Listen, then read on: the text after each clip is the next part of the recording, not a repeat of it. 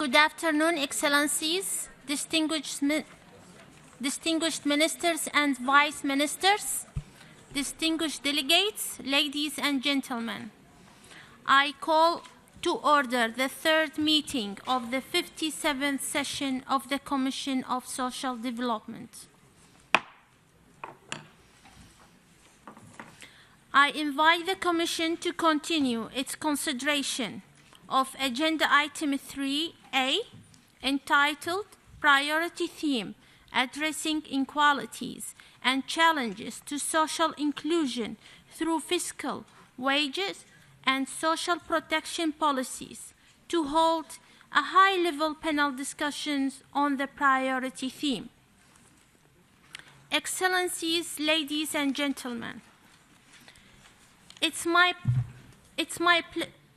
privilege and pleasure to welcome you all on behalf of the Bureau of the 57th session of the Commission for the Social Development to the panel discussion on this year's priority theme addressing inequality and challenges to social inclusion through fiscal, wage, and social protection policies. As the chair of the 57th session of the Commission, His Excellency Sheikh Niang remarks in his opening statement this morning, inequality is one of the major defining challenges of our time. According to the latest Oxfam report, private wealth or public goods, we live in a world where the poorest half of humanity, 3.8 billion people, so their wealth shrink by 11%, while the wealth of the world's billionaires increased by 12%. We also live in a world where 727 million people live in extreme poverty. Some 4 billion people, including 1.3 billion children, live without any social protection. The gender pay gap stands at 20% globally, and 264 million primary and secondary age children and youth were out of school in 2015. These inequalities are the result of policy decisions that governments make. Such precious inequalities harm economic growth and corrode the social bond that bind us. They also undermine political stability. Therefore, reducing inequality in all its forms is an urgent priority for achieving the 2030 Agenda and ensuring that no one is left behind. To do so, we need the right policies and institutions. These are the issues that we will deliberate over the course of the next 3 hours. We are deeply honored to have distinguished panelists and lead discussants with us. The collective expertise they bring to today's discussion should enhance the toolbox that countries can leverage to address inequality and challenges to social inclusion through fiscal, wage, and social protection policies. Like many of you, I'm looking forward to an exciting session. So before I hand over to Mr. Elliot Harris, UN Chief Economist and Assistant Secretary General for Economic Development in the Department of the Economic Social Affairs, who will moderate today's deliberation, I want to say one more. On behalf of the Bureau of the 57th session of the Commission for the Social Development, welcome. And I'm pleased to especially welcome our distinguished panelists for our high-level panel discussion this afternoon, His Excellency Andrius Dabikonis, Deputy Minister for Foreign Affairs of Belarus, His Excellency Sebastian Villarreal, Vice Minister of Social Development of Chile, Mr. Hal Bin, Director General of Department of International Cooperation at the Ministry of Human Resources and Social Security of China, Ms. Manuela Tomay, Director of the Conditions of Work and Employment Department in the International Labour Organization, Mr. Stanfield Machello, Master Trainer at the African Regional Social Protection Leadership Curriculum Transform and former Director of Social Protection of Zambia, and Ms. Rosa Panavelli, General Secretary of the Global Union Federation Public Service International. I am also pleased to welcome the moderator, Mr. Elliot Harris, Assistant Secretary General for Economic Development at the Department of Economic and Social Affairs. I am equally delighted to welcome the lead discussant in the room, His Excellency Hel Beltran, Undersecretary of Finance of Philippines. To begin this high-level panel discussion on the priority theme, I have the pleasure to welcome the distinguished keynote speaker, Mr. Lucas Chancel, co-director of the World Inequality Lab and the World Inequality Database at the Paris School of Economics and lecturer at the Science. I invite Mr. Chancel to address the Commission. Mr. Chancel, you have the floor, please. Thank you. Thank you very much, Excellencies, distinguished ministers, distinguished delegates, ladies and gentlemen. It's a real honor to be here this afternoon.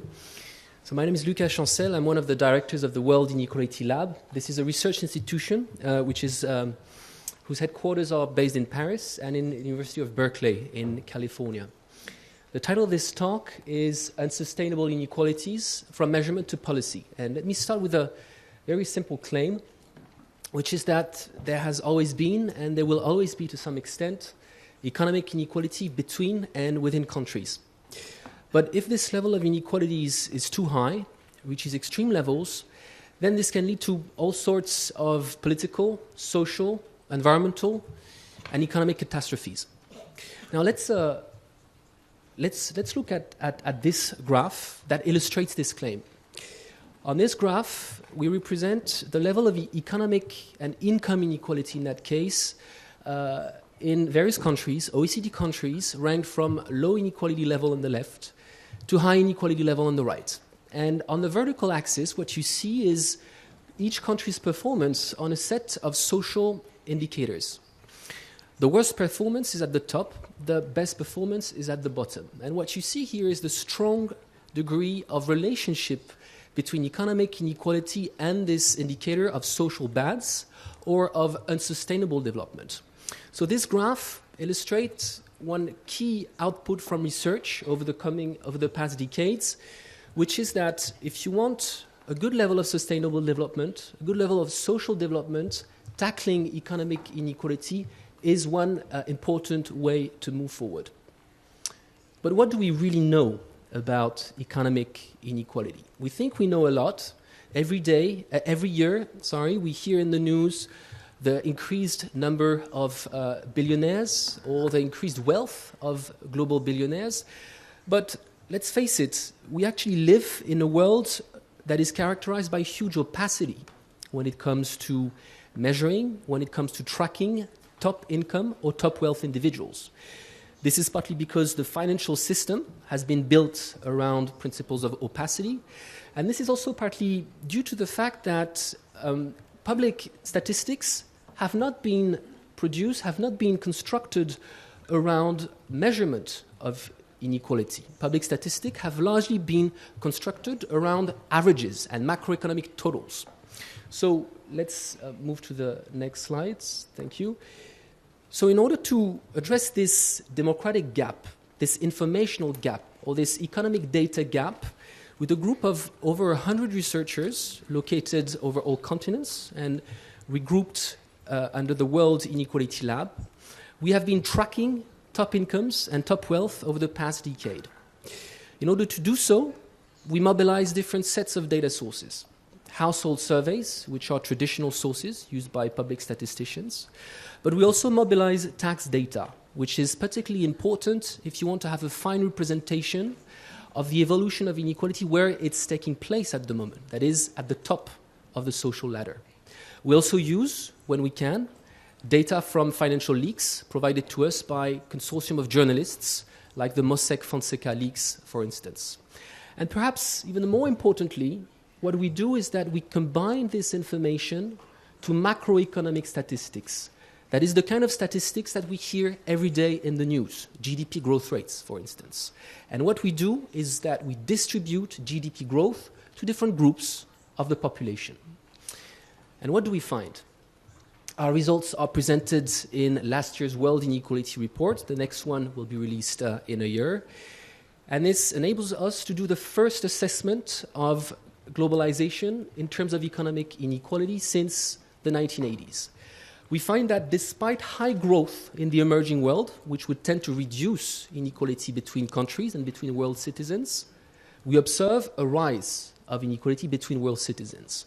Put it differently, the impact of inequality within countries was stronger than the reduction of inequality that happened between countries due to strong growth in the emerging world over the past decades.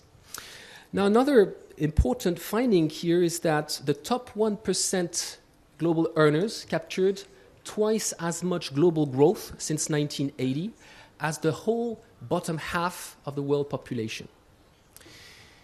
Now, on the positive side, these dynamics have nothing mechanical. These are not the deterministic product of technological change or of globalization. This is the result of policy choices, of institutional changes, and governments can act on inequality. But in order to act, we feel that we need something that is very important. We need to change our representation of the economy. We need to move away from macroeconomic or average indicators. We've been talking about beyond GDP statistics for 10 years now, but we still need to operate this shift. And in order to do so, I think that the UN has a critical role to play. So let me now bring you through some of the key results of this World Inequality Report and come back to this point of the importance of indicators in public debates. So this is the evolution of the top 10% income share in a set of major world economies from 1980 to today. So that's the share of total income captured by the top 10% of the population. In a perfectly equal world, the top 10% would capture 10% of total income. In a perfectly unequal world, this value would be 100%. And you see that in 1980, there are varying levels of inequality from about 20% in Russia to about 35% in the US or in North America. In all countries, we observe a rise. There's a general rise of income inequality in all these regions. But this rise happened at different speeds. Let's take an extreme case, for instance. Let's look at Russia. In 1991, it's the most equal country in the subset. And in just 5 years, it becomes the most unequal country in the subset. Now, on the other end of the spectrum, let's look at Europe, green line. The rise of inequality is moderate. There's a rise, but it's much more progressive and much smoother. Now, one important point here is that all these countries, whether it was Western countries characterized by a mixed economy regime during the 50s to the 70s, or whether it was Eastern countries characterized by a communist or a socialist regime, all these countries went through a period of contraction of inequality, broadly speaking, from the 40s to the 70s. And it seems that they are going back to the high levels of income and wealth inequality which characterized them at the beginning of the 20th century. Where are these countries going to? What is the new level or the new global equilibrium for inequality? I'm here adding 3 regions to the graph. they appear at the top of this illustration. So here is the Middle East, Brazil, and Sub-Saharan Africa, for which there's a bit lesser historical depth when it comes to income inequality data. What you see here is that for these regions, we do not observe the recent rise of inequality observed in other countries. And arguably, these countries, these regions, did not go through this historical compression of income inequality during the 20th century. They may be actually setting what we could call a high inequality frontier. That is a level of income and wealth concentration that is so high that it is difficult to produce a society that is more unequal than this. They may represent the upper bound to the inequality level that these regions which went through inequality compression might be going towards in the coming decades. But before going back to this question of what might or what could happen in the future, let's look a bit at what happened to the past. And for the sake of this thought experiment, let's think of the world as if it was just one country. So let's erase national boundaries. And let's sort the world population in 100 groups of equal population size. And each of these groups are ranked from the poorest on the left to the richest on the right. For each of these groups, what I represent here is the level of income growth from 1980 to today. What you see on this graph, which has the silhouette of a global elephant, is strong rise at the bottom of the world income distribution. Growth rates over 100% in China, in India, in emerging countries. 100% growth rates is a multiplication of incomes by 2. This is a huge growth happening. If we go towards the middle of the graph, what you see is much lower growth rates. And this is the squeezed bottom income groups and the squeezed middle class in rich countries over the period. If you go to the right-hand side of the graph, what we observe is very high growth rates, over 200%, close to 240% for the top 1%. So this is a strong rise of inequality if we measure it by the share of income captured by the top 1%. But one might say here that perhaps it's not that much of a problem to have such a rising top 1%. What matters is what happens to the bottom of the distribution. And growth was high at the bottom. In order to discuss this claim, let me use exactly the same information, but represent it in a slightly different way. So this is what we see on the next graph. Here, what I do is that I explode the top 1% into about 30 smaller groups in order to see what is happening more precisely within this group. And what we see here is that the top 1% may represent a fraction of the global population, by definition just 1%, but actually captured 27% of total growth since 1980. That is, this group captured 27% of all new euros, new yuans, new rupees, new dollars generated since 1980. And this is to be compared to the share of total growth that was captured by the bottom 50% of the population, which was only 12%. So to the question, did what happened to the top 1% matter from a macroeconomic point of view? The answer is yes, it mattered, and it mattered a lot. But now we may wonder, well, perhaps this mattered, and perhaps actually this was necessary for the bottom to grow. Perhaps we need inequality in order to have growth at the bottom of the distribution.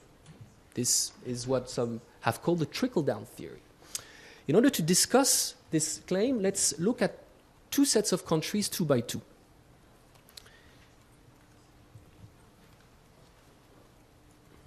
Next slide, please. So here we have the USA on the left and Europe on the right, with two indicators for inequality, the top 1% in blue and the share of income captured by the bottom 50% in blue, and the top 1% in red.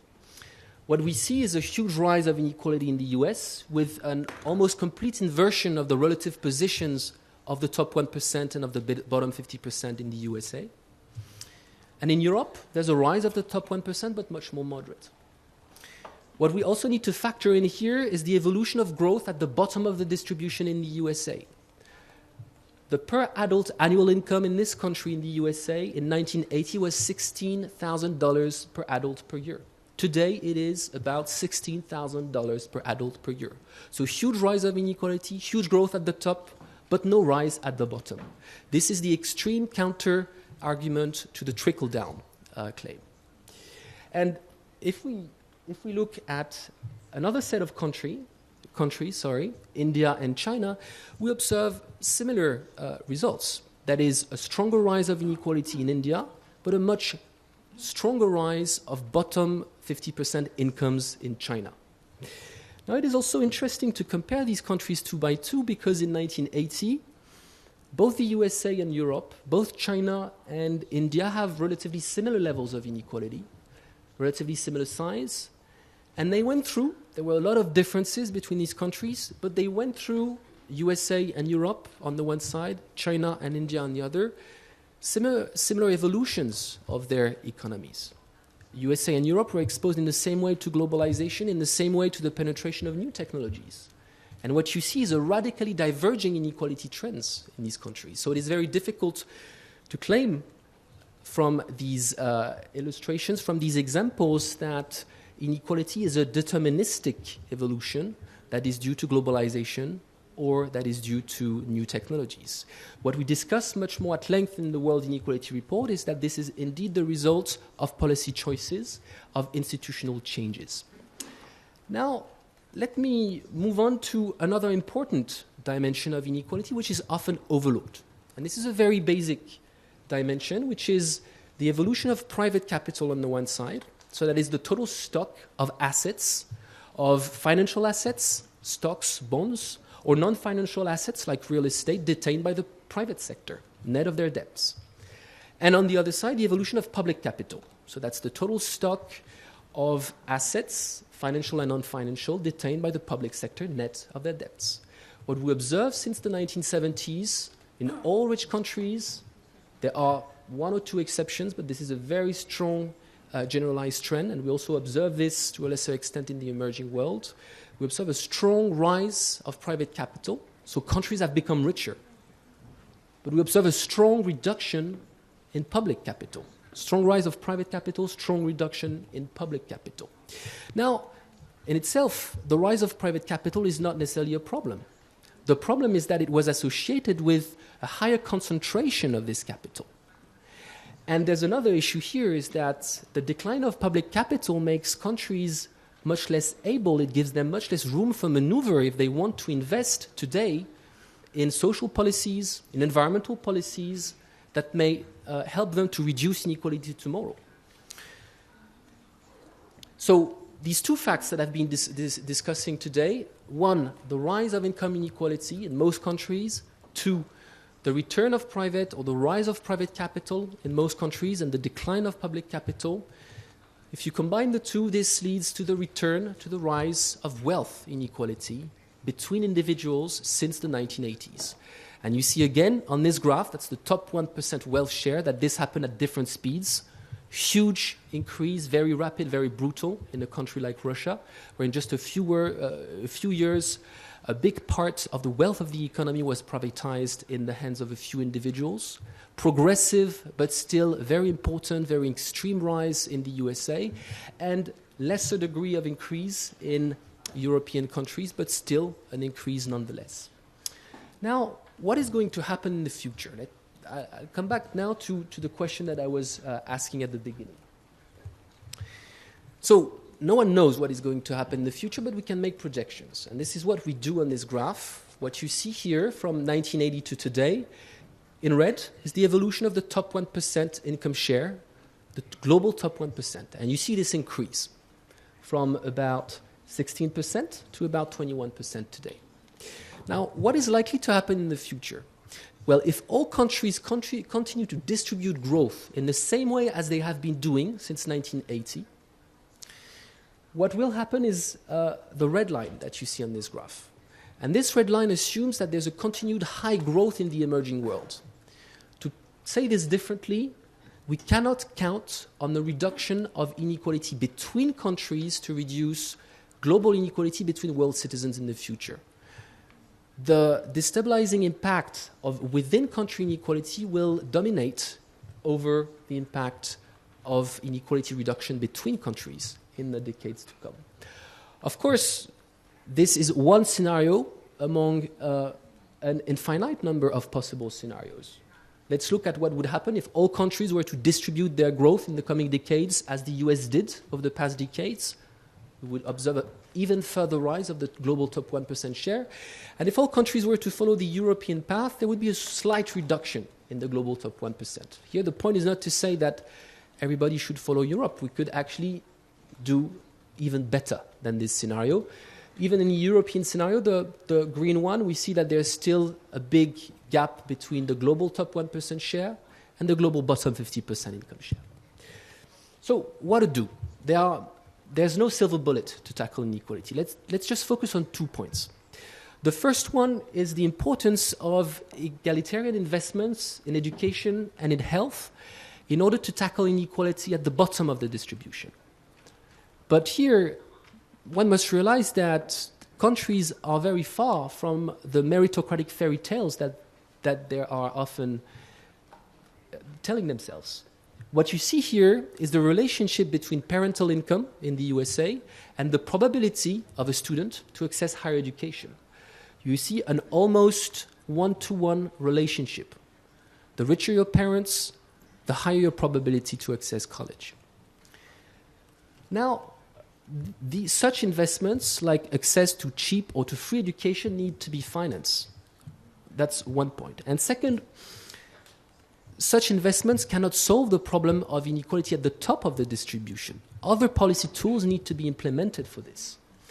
And in order to do so, there's one effective tool that has been proven as a very effective way to reduce inequality at the top during the 1950s to the 1980s broadly. This is progressive taxation. It's also another way to raise finances in order to finance investments in health, in education for the bottom 50% of the population. But progressive taxation has been reduced massively in most rich countries and also in emerging countries over the past decades. And as top marginal tax rates, which we are talking here about, were reduced, the corporate income tax rates were also reduced. This is what we see here. This is the average global corporate tax rate on corporations. As globalization expanded, these rates were reduced. So now, countries who want to finance investments in education, in health, environmental protection, what are they left with to finance these investments? Well, they need to increase taxes on what we could call immobile taxpayers, on consumption, on labor taxes. Tax rates which fall on the bottom income groups and on the middle class. And this is what you see here, which happened in countries like the European Union. So what's the way forward?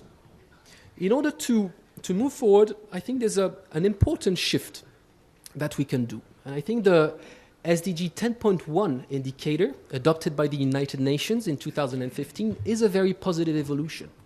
SDG 10.1 indicator stresses that countries should see their bottom 40% income groups increase at a faster rate than average economic growth.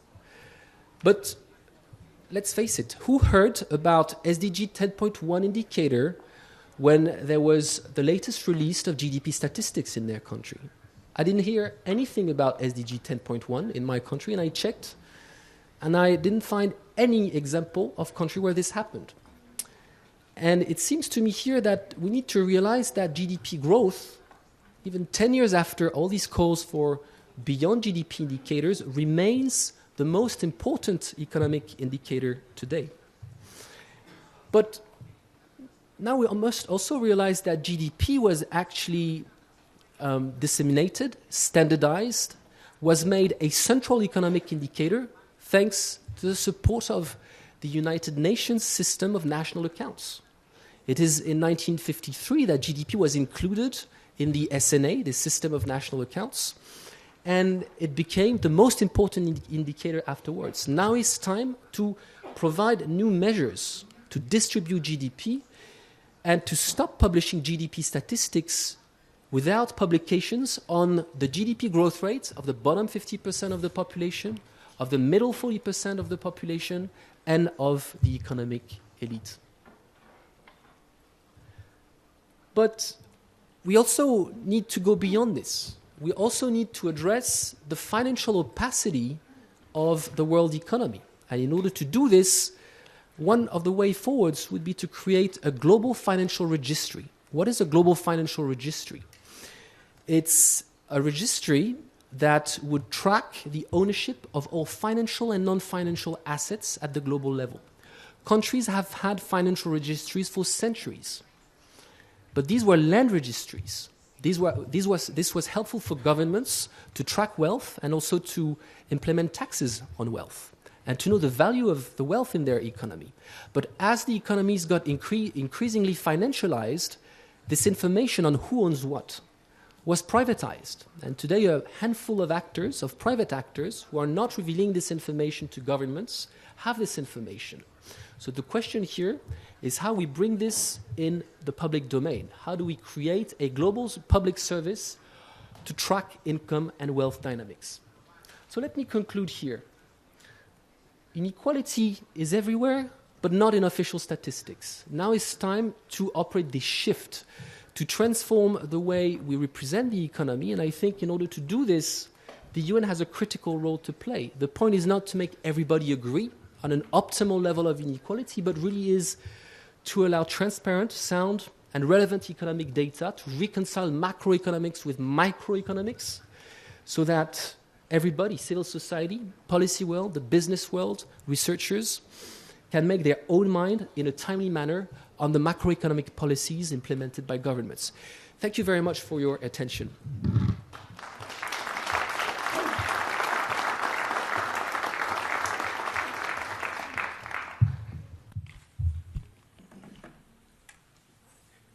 I thank the keynote speaker, Mr. Chancel, for this statement. And at this juncture, I will turn the meeting over to the moderator, Mr. Harris, to conduct the proceeding of the panel discussion of the priority theme. And I look forward to a productive and interesting exchange of view. Mr. Harris, you have the floor. Thank you very much, Madam Chair. Ladies and gentlemen, Excellencies, distinguished delegates, good afternoon and welcome to this first panel discussion on the priority theme of this 57th session of the Commission on Social Development, addressing inequalities and challenges to social inclusion through fiscal, wage and social protection policies. We have just benefited from an extraordinary keynote address which has made my life much easier because now I don't have to set the stage.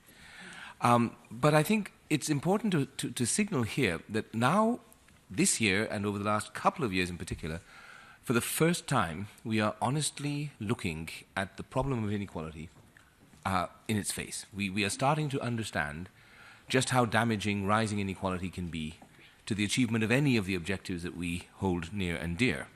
We understand that inequality, income inequality in particular, is harmful for the pace and the sustainability of growth. We understand that it undermines the productivity and the dynamism of economies. It leads to suboptimal investments in health and education. We saw a very gripping slide about that. But it also cements the poverty and the inequality across generations. In particular, the inequitable distribution of wealth is a major driving force behind that.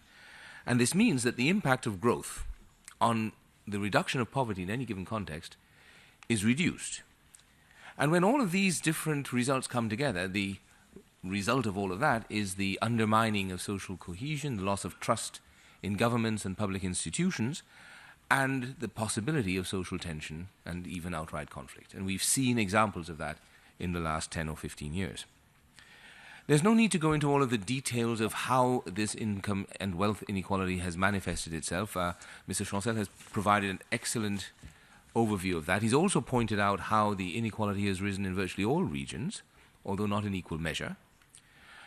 And the question then that he ended with and that we have to concern ourselves with here today is how do we respond with policy to these challenges? Because as he also underscored, this is nothing automatic. This is not mechanistic. This is the result of policy choices.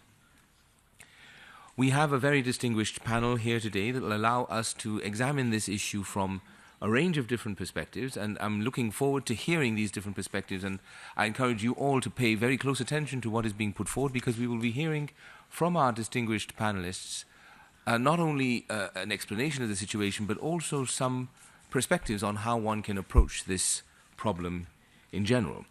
And before we start the panel discussion, I'd like to make a few remarks as to housekeeping. We'll give each of the panelists between 5 and 10 minutes to make their presentations. And in the presentations, we hope that we can look at some of the questions of why is inequality important now? Why do we care about it? How does it affect social inclusion or the lack thereof?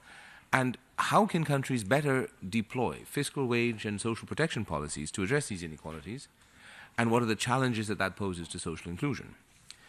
Then, after that, we will have a few minutes for questions and answers before I turn over to the lead discussant, Mr. Beltrand, for his presentation. And then we'll come back and we'll open the floor for general discussions, questions and answers. These can be more general in nature or directed to individual panelists to clarify some of their interventions. So without further ado, let me turn to the first of our panelists, His Excellency Mr. Andrei Dabkunas, who's the Deputy Minister of Foreign Affairs of the Republic of Belarus. Minister, you have the floor. Спасибо, уважаемый. Thank you, distinguished moderator, ladies and gentlemen. Socioeconomic inequality is currently one of the most relevant problems for social development. Reducing inequalities within countries and between them has become one of the important sustainable development goals. Belarus is a middle-income country, and you know that this is a group of more than 100 states throughout the world. Most countries from this group, middle-income countries, share a common problem, an increasing level of internal inequalities.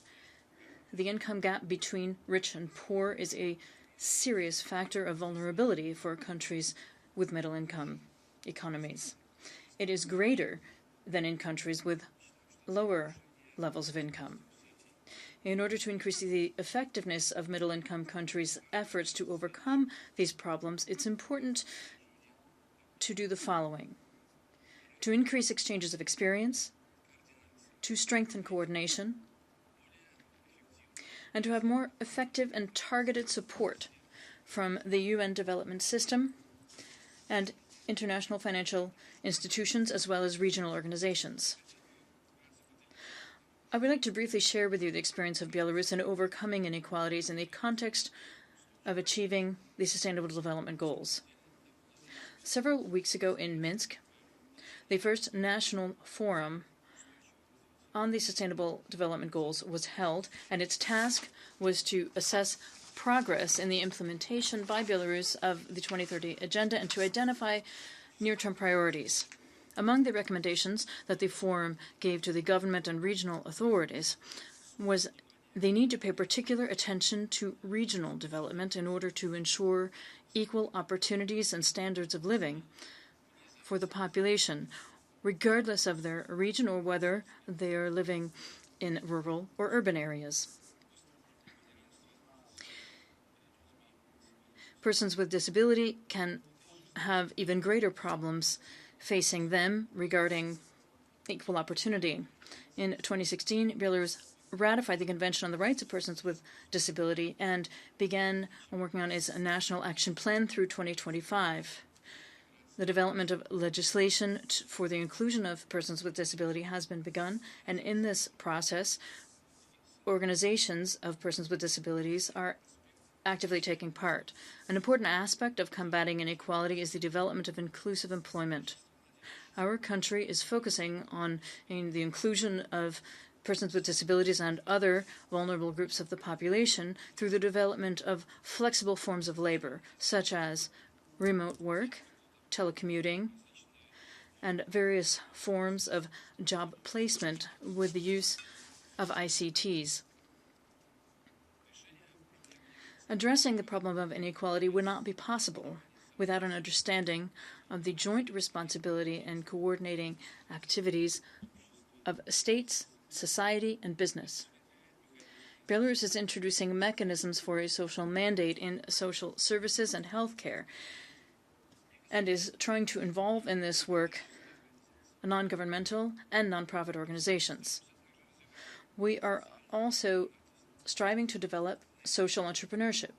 In November 2018 in Minsk, with the support of the National SDG Coordinator and the UNDP, the first public hearings were held for socially responsible companies on issues of implementation of social projects.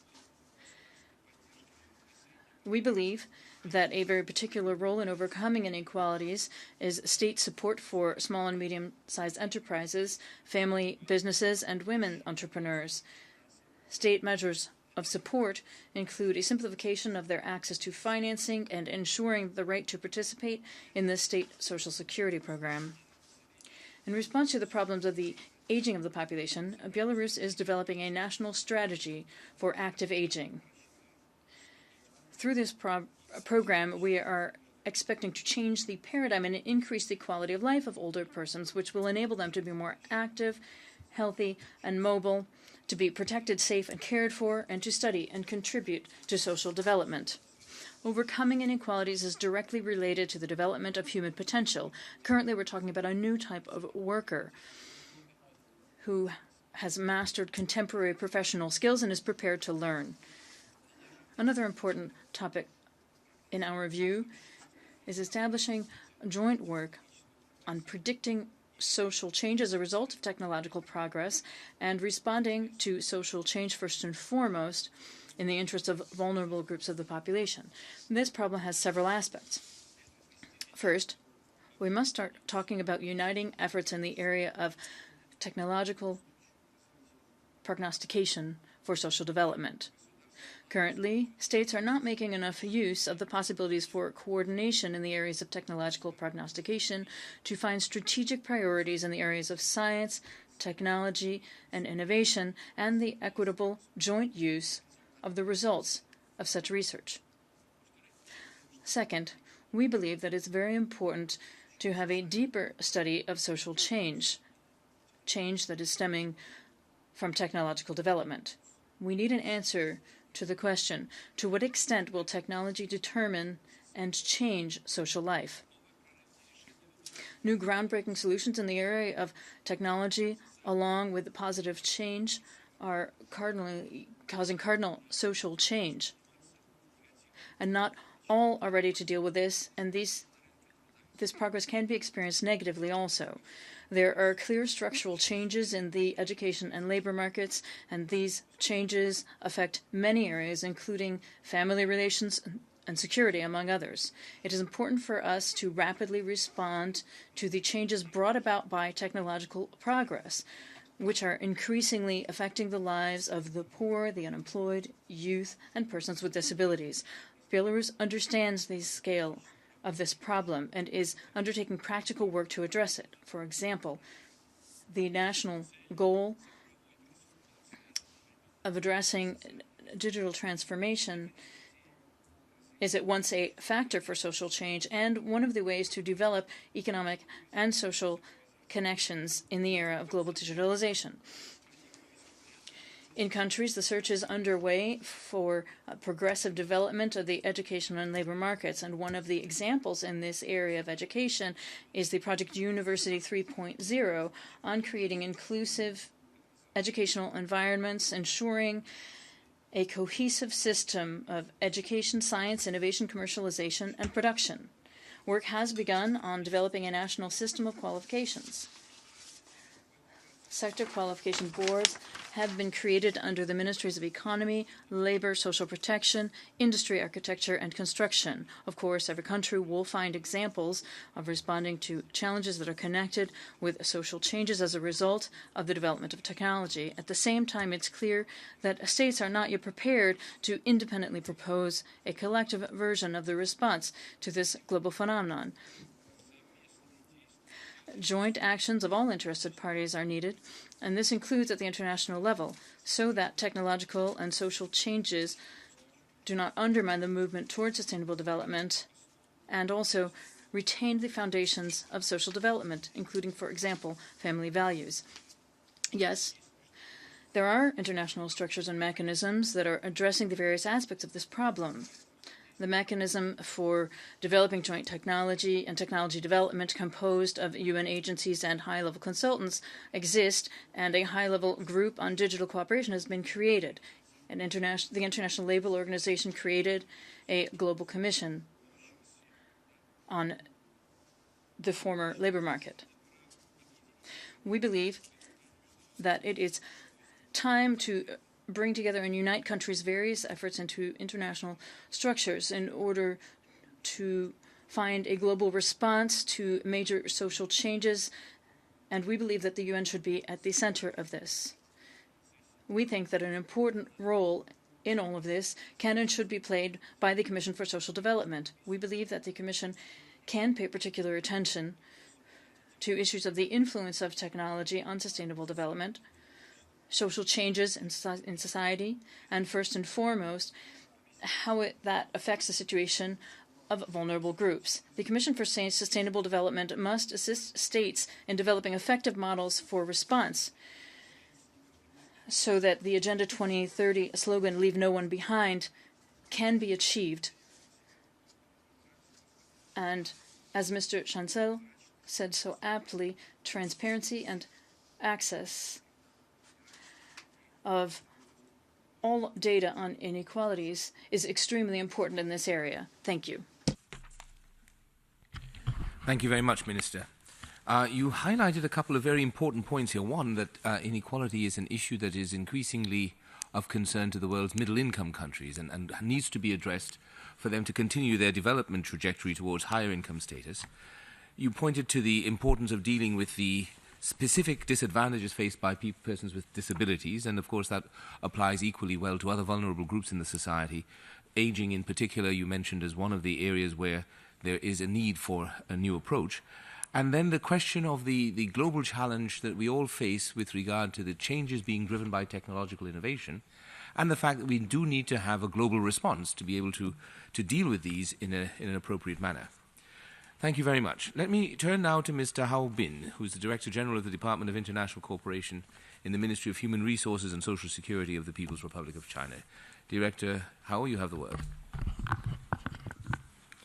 Thank you very much, Mr. Moderator, for your introduction. If I can ask you to put on if there is no, I can. Okay, I'll just talk.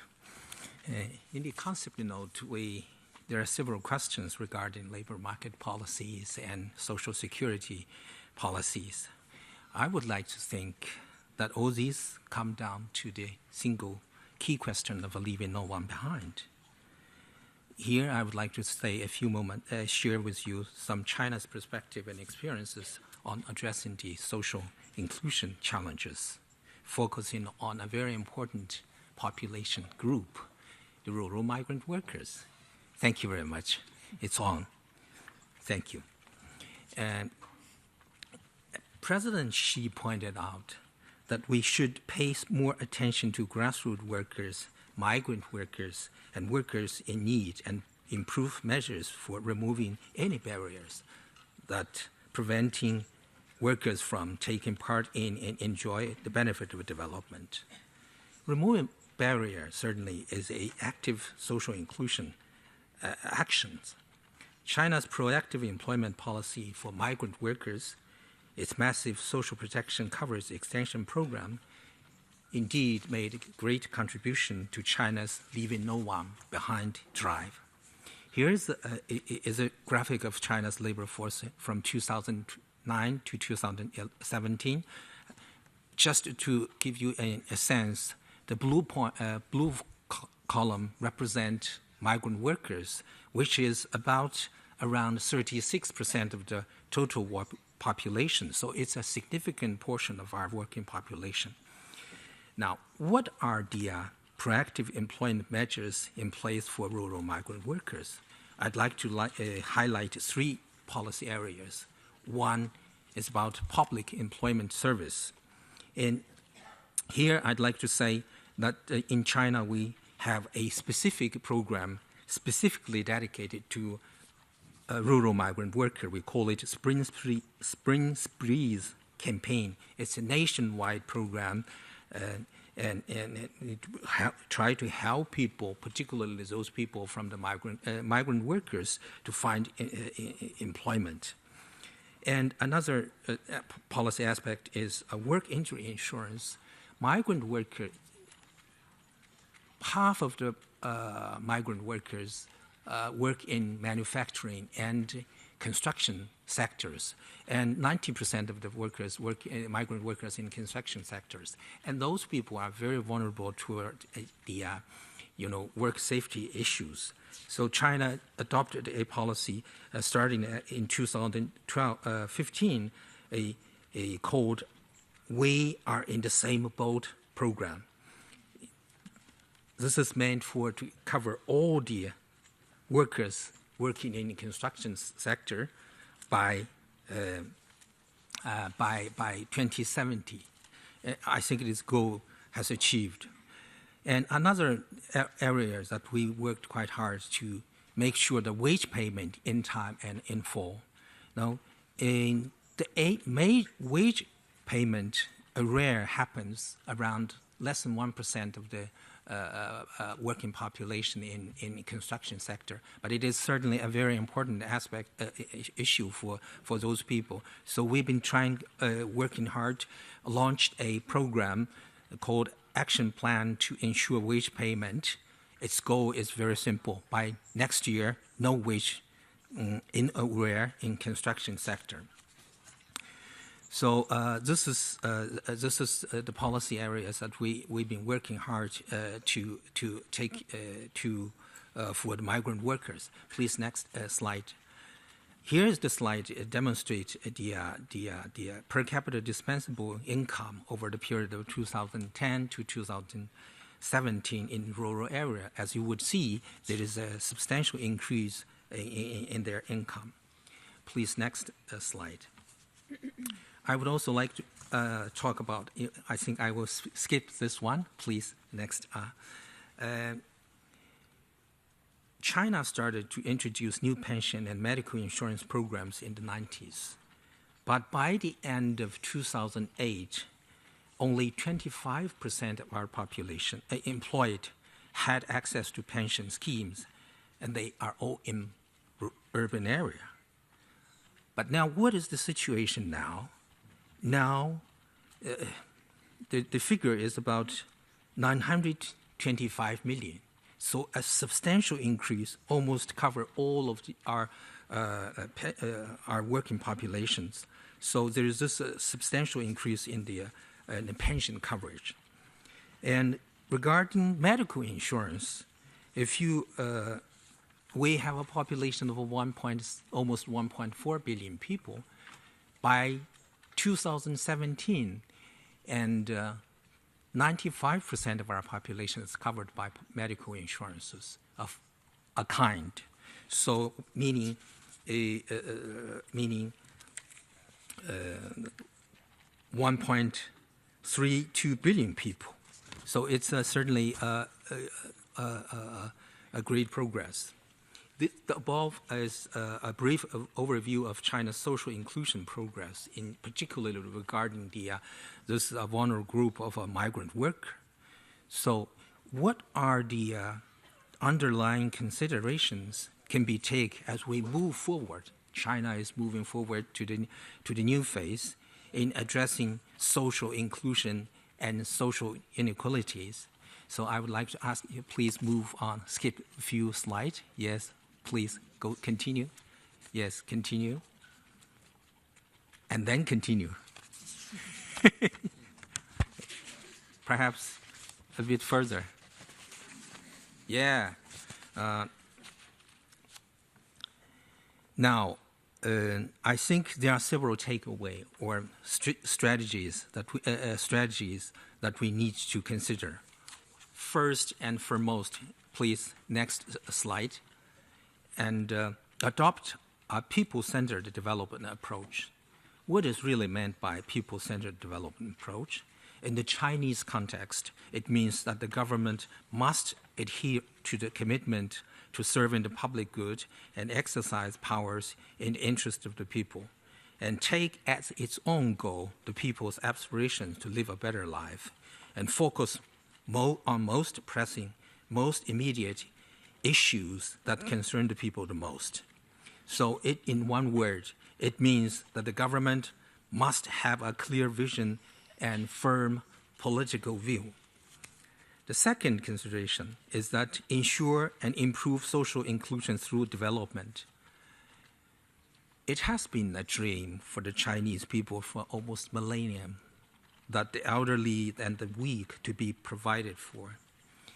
In an ancient book called Book of Right, written 2,000 years ago, such aspiration is expressed. China was able to extend social insurance coverage within a relatively short period of time. Economic development is the base. So for us, we believe for development and living standard, they're like water and boat. If you have shallow water, only small boat can sail. For ships to sail, they need to be a vast ocean. And third point is that for better employment is the most effective way for social inclusion. I heard in the previous speakers talk about it, yes, including people from the vulnerable group. I think it is same is true. Over the past 4 decades, since China opened up, a total of 300 million people from rural area moved to the urban area, enjoying a better life. This is a major achievement in social inclusion, and in this process, employment played a key role. The third point I wish to make is that we need to take into national consideration, national conditions while extending social policies. We are a developing country. The benefit level, for instance, must be determined in line with this fact. For most of the population, participating in contribution-based social insurance should be the way to go. And China's regional development level is uneven. This requires certainly that we need to take into consideration our national condition and first put into a place a unified social insurance framework utilizing various policy tools, measures to reduce the gap. But second, and under the overall national condition, allow certain degree of autonomy for different regions. And last point I wish to make is that we need to follow the principle of justice and fairness to implement social policy measures. Put social justice first. Social security must play its role of wealth redistribution with an aim to prevent polarization in the course of a modernization in order to reduce inequality. So thank you very much. Thank you very much, Director Hao. I take from your presentation two particularly interesting points. One, that you've followed in China the people-centered development approach, which focuses on the most pressing problems, and that secondly, you consider that economic development is central to the creation of jobs and better full employment, which in itself then is one of the best and most effective means of social inclusion. Let me turn now to His Excellency Mr. Juan Villarreal, who is the Vice Minister of Social Development of Chile. Minister, you have the floor.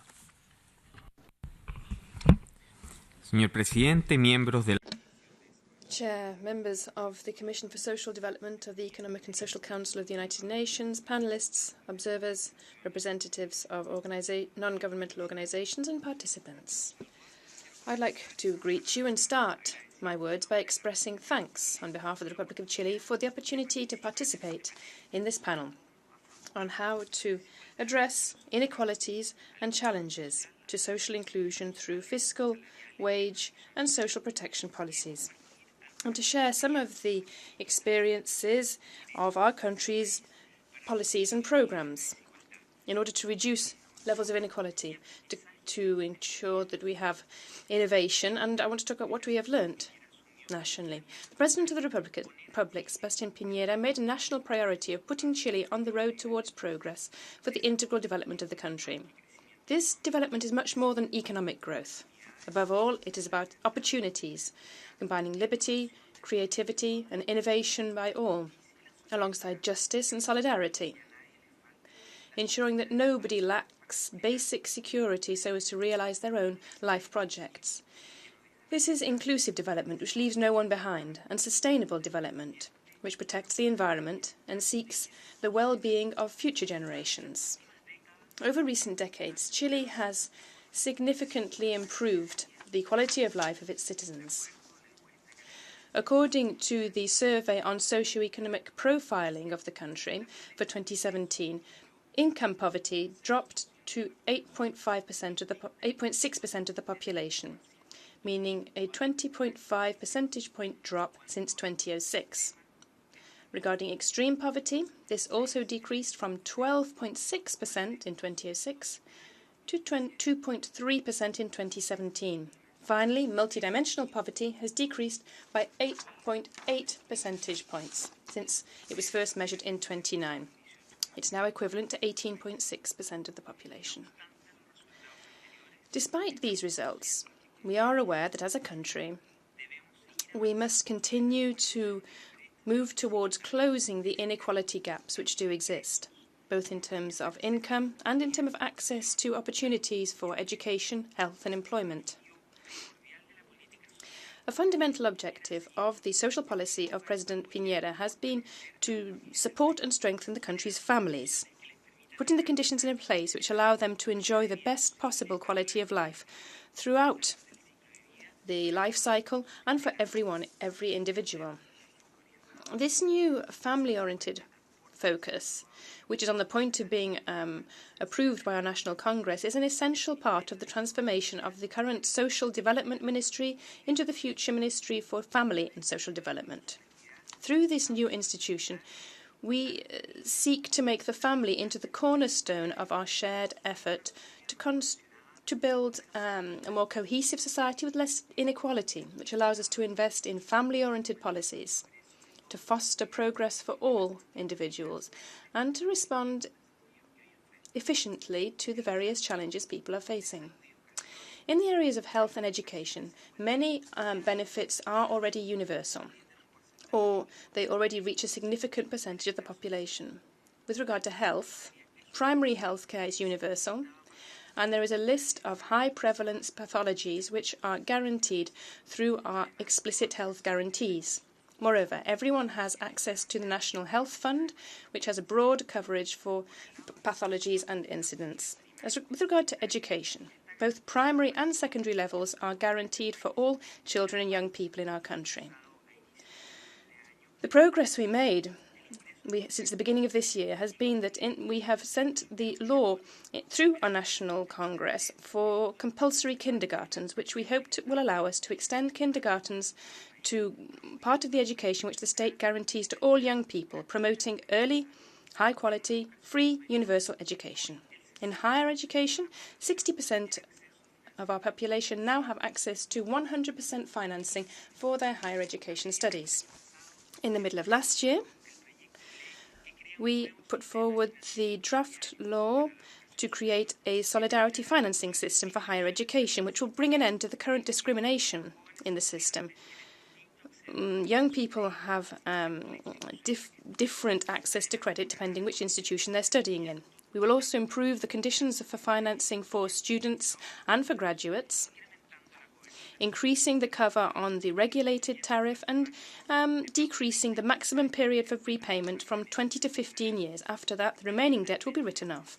Additionally, the private bank will be eliminated and there will be a system of payments seeking to ensure that no young person with determination and talent will be left out of higher education because of a lack of resources. It will also lighten the heavy debt burden which the current system places upon some students and graduates from higher education. This financing will cover 90% of the population. Our route towards the full development of Chile, promoting solidarity and a merit-based society, leaving no one behind, establishes a series of actions and measures to combat poverty through our social protection system.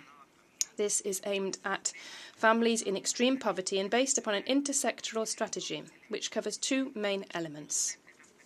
A set of monetary transfers called the ethical family income, and this is based around 3 pillars: dignity, duties and achievements. This supports the most vulnerable families in the country. And secondly, we have assistance programmes to promote social inclusion. These include psychosocial assistance strategies and socio-employment strategies, which will help people to move towards family development and independent income. In terms of protection for children and young people, President Piñera has taken on this as a national priority and invited all political and social sectors to join a national agreement for childhood called Children First. This contains 94 measures, including a full legislative agenda, which is currently being worked on, and aims to ensure full protection for the children in the country. It includes the implementation of an Undersecretary of Childhood. Amongst other tasks, this is responsible for developing strategies to prevent violations of the rights of children and young people in our country. With regard to the labour market, there are currently conditional monetary transfers to promote the participation in the labour market of two groups who are traditionally left out. These are the Women's Work Bonus and the Subsidy for Youth Employment. Both these transfers depend upon the formalisation of the employment, and both share the characteristic of having an economic incentive for both supply and demand for work. In the same sphere, I think it's relevant to say that Chile is an agricultural country, and there are therefore many seasonal workers in the food-producing areas of the country. The Social Development Ministry has developed a programme for children whose main carers are seasonal workers, as a tangible measure to tackle the disadvantages faced by temporary workers. This aims to provide alternative care and activities for children during the summer period, when the educational establishments are closed for the holidays, and these provide an alternative to support employment and to care for children. Over the last year, Chile has moved towards a policy fostering inclusion of women in the labour market. This benefits working mothers, but also their families and children. Currently, going through our Congress, we have a draft law called Universal Nurseries. This is a solidarity fund to finance nurseries for women who are working. This solidarity financing will bring an end to the discrimination and to the exclusive economic burden for nursery costs, for nursery being borne by female workers. It will promote co-responsibility between men and women. There are many reasons for fostering women's employment, and particularly that of the most vulnerable women in our country. Households led by women have increased considerably in number in Chile, and national and international experience shows that the money that women receive mainly does tend to go towards satisfying the needs of each one of the members of their families. And we believe that Chile is making progress in this direction. With regard to employment, over the last year, Chile grew by around 4%, allowing us to create around 121,000 jobs, compared to the same period last year. This reactivation of the labour market has been marked by an increase in the rate of private salaried jobs, which attests the importance of the private sector as an engine for job creation. These new jobs are also of better quality. 85% of them have contract, social security contributions and paid holidays. Finally, of these new jobs, most of them have been by women, and now this rate represents about 64%.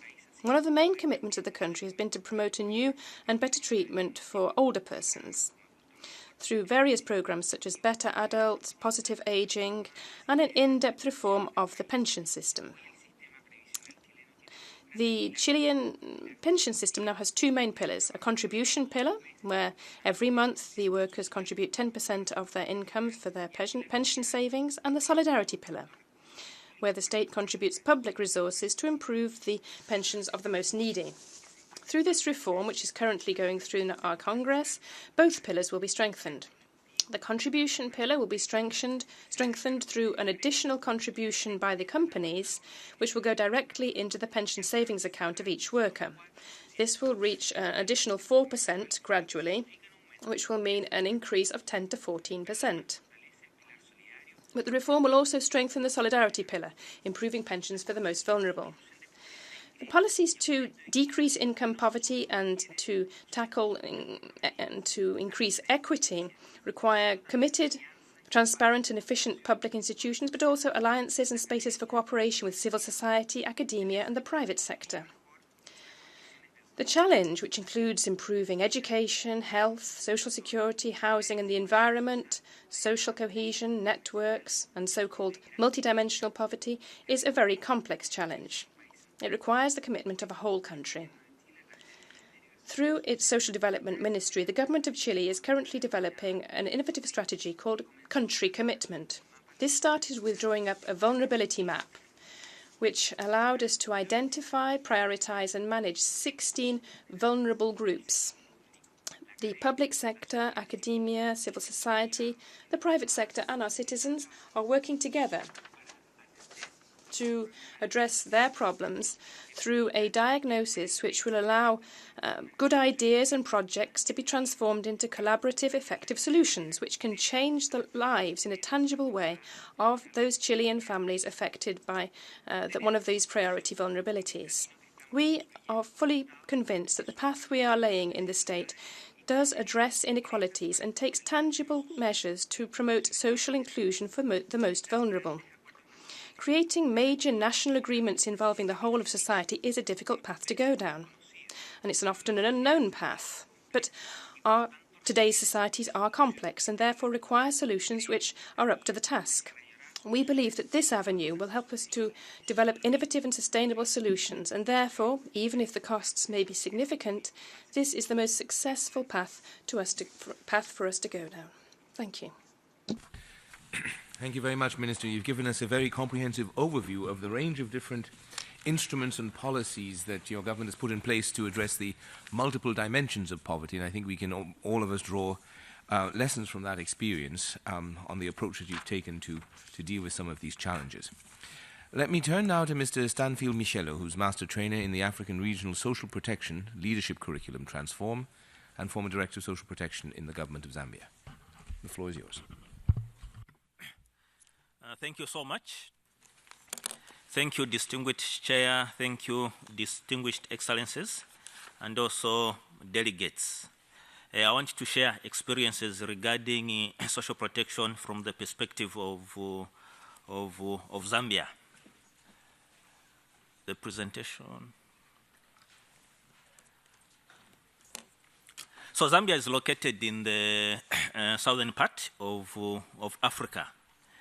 And despite strong economic growth over the last decades, ranging from 4% to 6%, the government has realized that poverty and inequalities continue to be high. For instance, when you look at the Gini coefficient, it is at 0.69, which is higher than the average for Africa, which is only 0.43.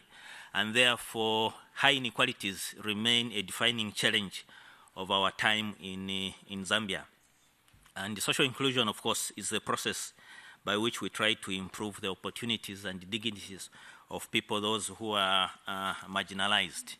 So when you try to map the country, you do realize to say we have basically three groups that tend to be excluded. And here we are talking about the women, persons with disabilities, and also the poor people. Amongst the females, you discover to say those households that are headed by females, they tend to have higher poverty levels. And then for persons with the disability, you also discover to say they disproportionately represented when it comes to extreme poverty. For instance, the extreme poverty levels in Zambia is at 40.8%. But for those persons with disabilities, it's at 64%.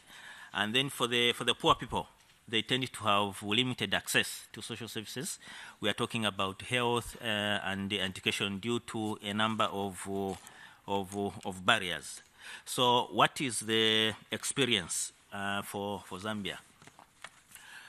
When we are looking at social protection, you discover to say before 2003, the kind of social protection system that we had was reactive in nature, because it was there to respond to shocks that had happened. For instance, we were very good at providing food aid through a number of organizations, and also you discover to say most of the social protection programs were uncoordinated and had no linkages between or amongst themselves.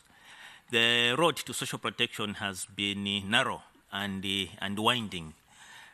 Before 2003, we didn't have the social cash transfer program, but in 2003, it was introduced in a district called Kalomo. And the strategic decision that was made then was to say we needed to have an entry point of using those very poor, marginalized and incapacitated households as a point for which to convince the government that we needed to implement this particular program. In 2005, we had the National Social Protection Strategy paper, which for the first time tried to bring the various social protection together so that they are able to move in one direction.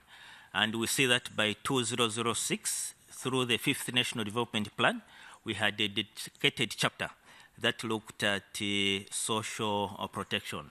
So as we were trying to ensure that the concept of social protection was gaining track, there were a lot of resistances within the architecture, because social protection was being viewed as being consumptive in nature and was not going to help Zambia achieve the much heralded economic growth. So in 2013, after having implemented the social cash transfer, we had the results from the impact evaluation of the social cash transfer. And then at that point, we also had a new government that was elected on a pedestal of ensuring that there was more money in people's pocket. And then we also had the National Social Protection Policy. So this combination of factors created a fertile ground, which created basically a watershed moment, and we saw the expansion, or rather explosion of social protection as now became national policy. So the road to social protection started getting wider. And by 2017, the social cash transfer was able to cover all the districts in the country. So in terms of results, we saw that poverty levels were able to reduce in the areas where the social cash transfer and the random control trial was done.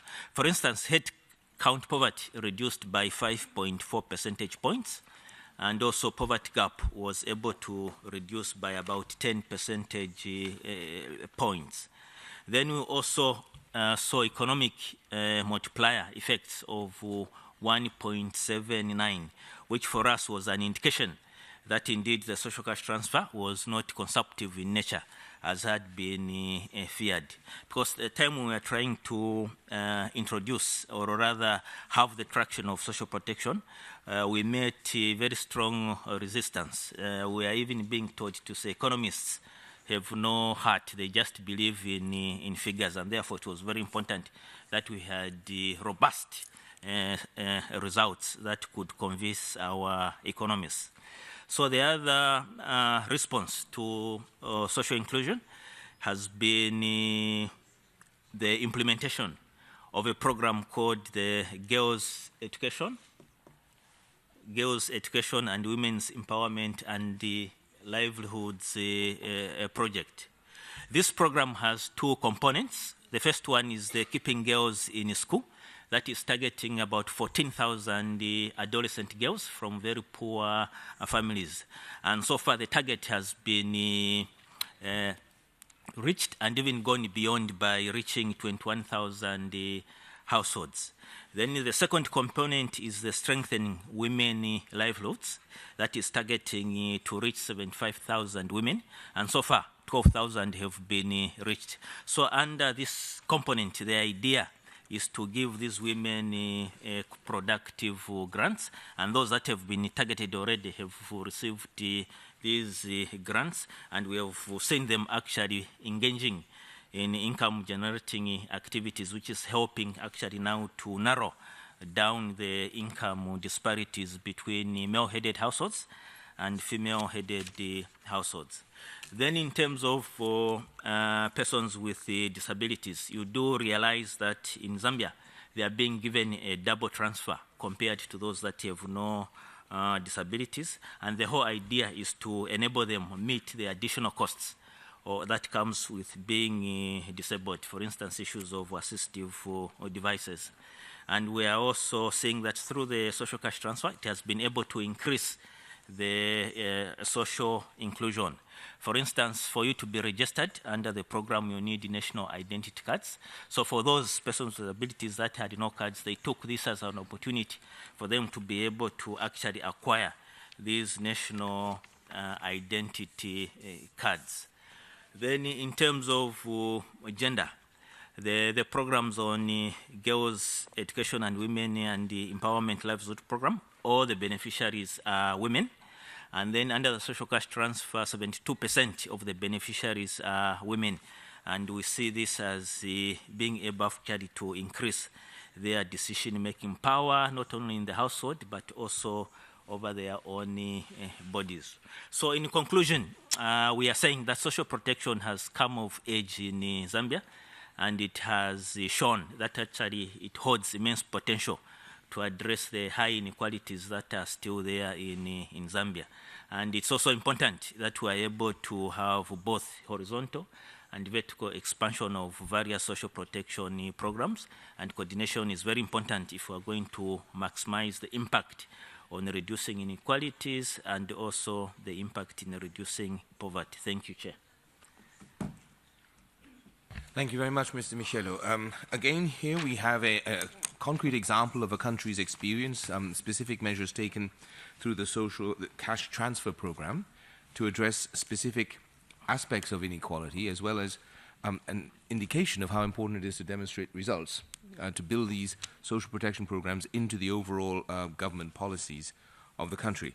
Let me turn now to Ms. Rosa Pavanelli, who is the General Secretary of the Global Union Federation, Public Services International. Thank you very much, Mr. Chair. Ladies and gentlemen, Your Excellencies, let me first thank for the opportunity to participate in this debate and bringing the voice of workers, particularly public workers, public services workers, in this discussion, important discussion on addressing inequalities and the challenges to social inclusion. I've been taught in the past century, when I started my work, that to redistribute wealth and create fairness and justice and equality, you need to work around the three factors: wages and jobs, tax, and access to public services. These are the three factors that can help creating a fair society and reduce inequality. And what we are witnessing now is exactly the fact that all these three factors are not working and are not combined together to reduce the growing inequality that we are seeing around the world.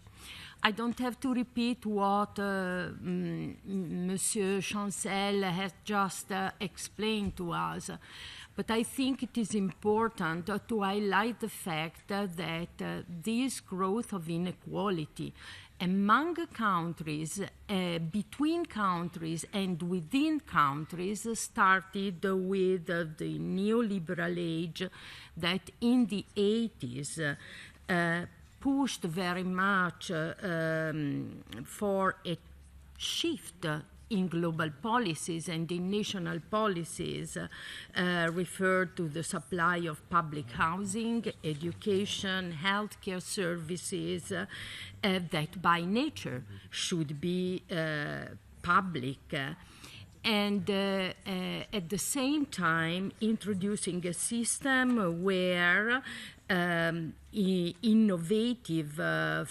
financial forms introduce new asset classes such as student loans, healthcare loans, which boosted the overall debt even more. The OECD let us know that in the OECD countries, every year 150 million people fall under the poverty line because of the money that they have to spend to have the health care they need or their family need, as well as we are witnessing the fact that less and less young people in many countries can complete their studies because of the, let's say, social selection that this implies. We think that these are two fundamental factors that need to be addressed if we want to reduce inequality. And in both of these areas, health and education, and I come later to labor and jobs, there's a strong gender dimension. And this is why we think that while asking for more investment in public services, we need to think how this public service can be gender responsive in order to reduce this gender gap in the inequality. But I think we need also to be clear. I said labor and wages are the other factor. Well, we have been witnessing again the fact, and this not the labor movement saying that, but the Global Wage Report that let us know that in 2018 the real terms of global wage growth declined to 1.8 from the previous year, where it was 2.4%. And in the last 20 years, average real wages have almost tripled in emerging and developing G20 countries, while in advanced G20 countries, they have increased by just 9%. But in many low and middle income economies, wage inequality remains high and wages are frequently insufficient to cover the need of workers, their families, and their community. And we do believe that this is not acceptable and it cannot be continued if we need to address inequality. A fair system of industrial relationship, collective bargaining, recognition of social partners is needed if we want to have a fair policy to increase wages. And create decent jobs, protected jobs, and stopping this mantra of flexibility and precariousness in the labor market is necessary if we want to introduce structural changes in our economies. The third issue that I mentioned is tax. Well, in the last years, it has been well noted even by the keynote speaker, there's been a shift in the income taxation from the high income to the lower income taxpayers. And what is more and more unacceptable, I think this shows how the system is broken, is the fact that multinational enterprises are benefiting of tax policies that allow tax avoidance, tax holidays, not to speak about corruption and tax evasion that is one of the real illness of this global economic system. So addressing this issue, reproposing a progressive tax system and introducing a flat tax for multinational corporations as a transition measure is necessary. The OECD BEPS program can give a first response, but we are very much encouraging the creation of an intergovernmental body under the UN to address, to readdress the corporate tax system.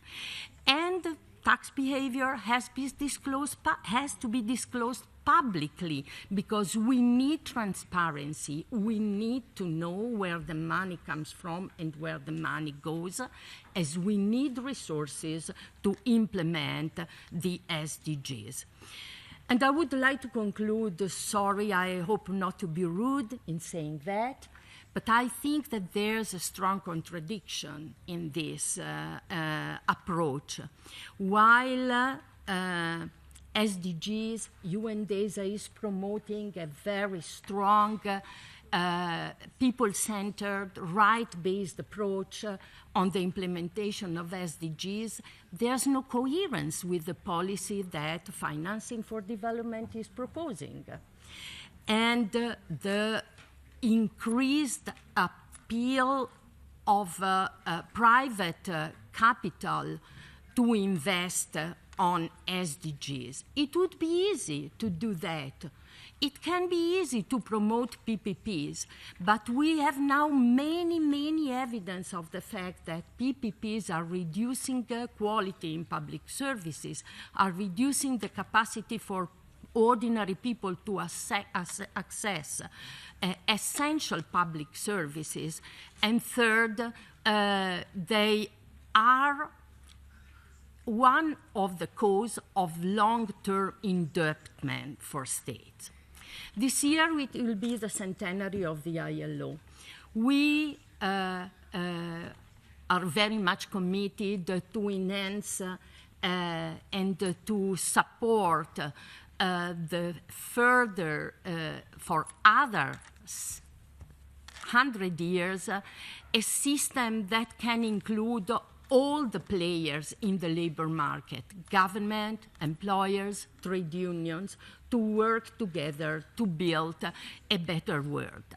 To do that, we need the commitment of governments. We need the political will that the change is possible, and we need to address the change now. Many people have talked here also about how many vulnerable groups have to be included. We are witnessing as a threat to the stability of our society in many countries the flow of migrants that are escaping disasters, war, violence, and all kinds of deprivation. We have not spoken, there's no time now, but also addressing the issue of protecting our common goods, protecting natural resources, water, the environment, can be one of the very important issues to tackle if we wanted to create a better world.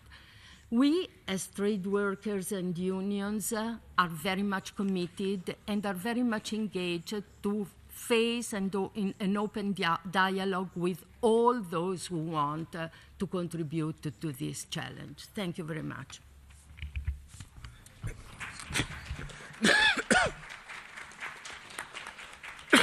Excuse me. Thank you very much, Ms. Baranelli. You made reference in particular to the problem of taxation and the mobilization of sufficient resources, and made some suggestions on how that could be addressed going forward.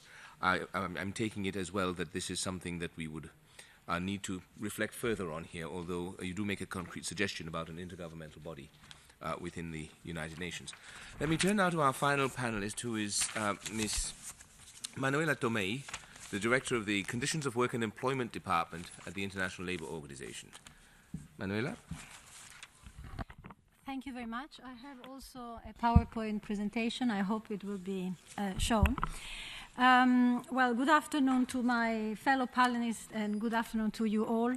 I would like in my presentation to tackle two issues. The first one is how trends in wages and wage inequality have an impact on overall income inequality, and also how wage policies can help in terms of curbing overall income inequality.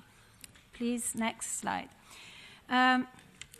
To a large extent, inequality arises in labor market. When we are looking at trends in rich economies in the past years, what we have noticed is that indeed the changes in the levels and patterns of wage employment, together with the distribution of wages, and indeed looking at distribution and not at average wages is absolutely essential to understand the dynamics of inequality, have been key factors behind the rise in inequality in those countries.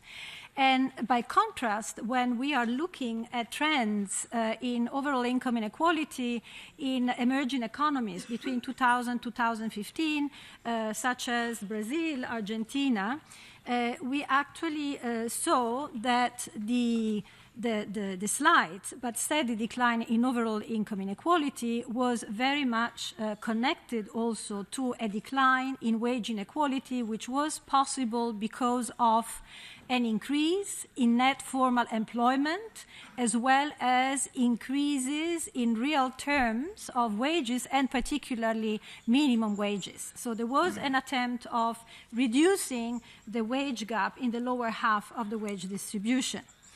An increase in wage inequalities in labor markets, of course, exerts a heavier pressure, a heavier burden on social transfers, general taxation, that indeed can be channeled with a view to reducing the erosion of the purchasing power of wages. But this may not always be possible because of limited fiscal space. And while they can correct in part inequalities, they do not necessarily address the source of the problem. So what we are advocating here is indeed to come up with an income policy which is sound and which brings together sound wage policies together with fiscal policies and social protection policies. Please, next slide. So why is it that wage policies and wages have such a direct effect on income inequality? It is because work, as you know, is the main asset for the large majority of people around the world. It's what they get and what they make out of work that allows them indeed to make ends meet. And in developed countries, wages account for between 60% and 80% of total household income.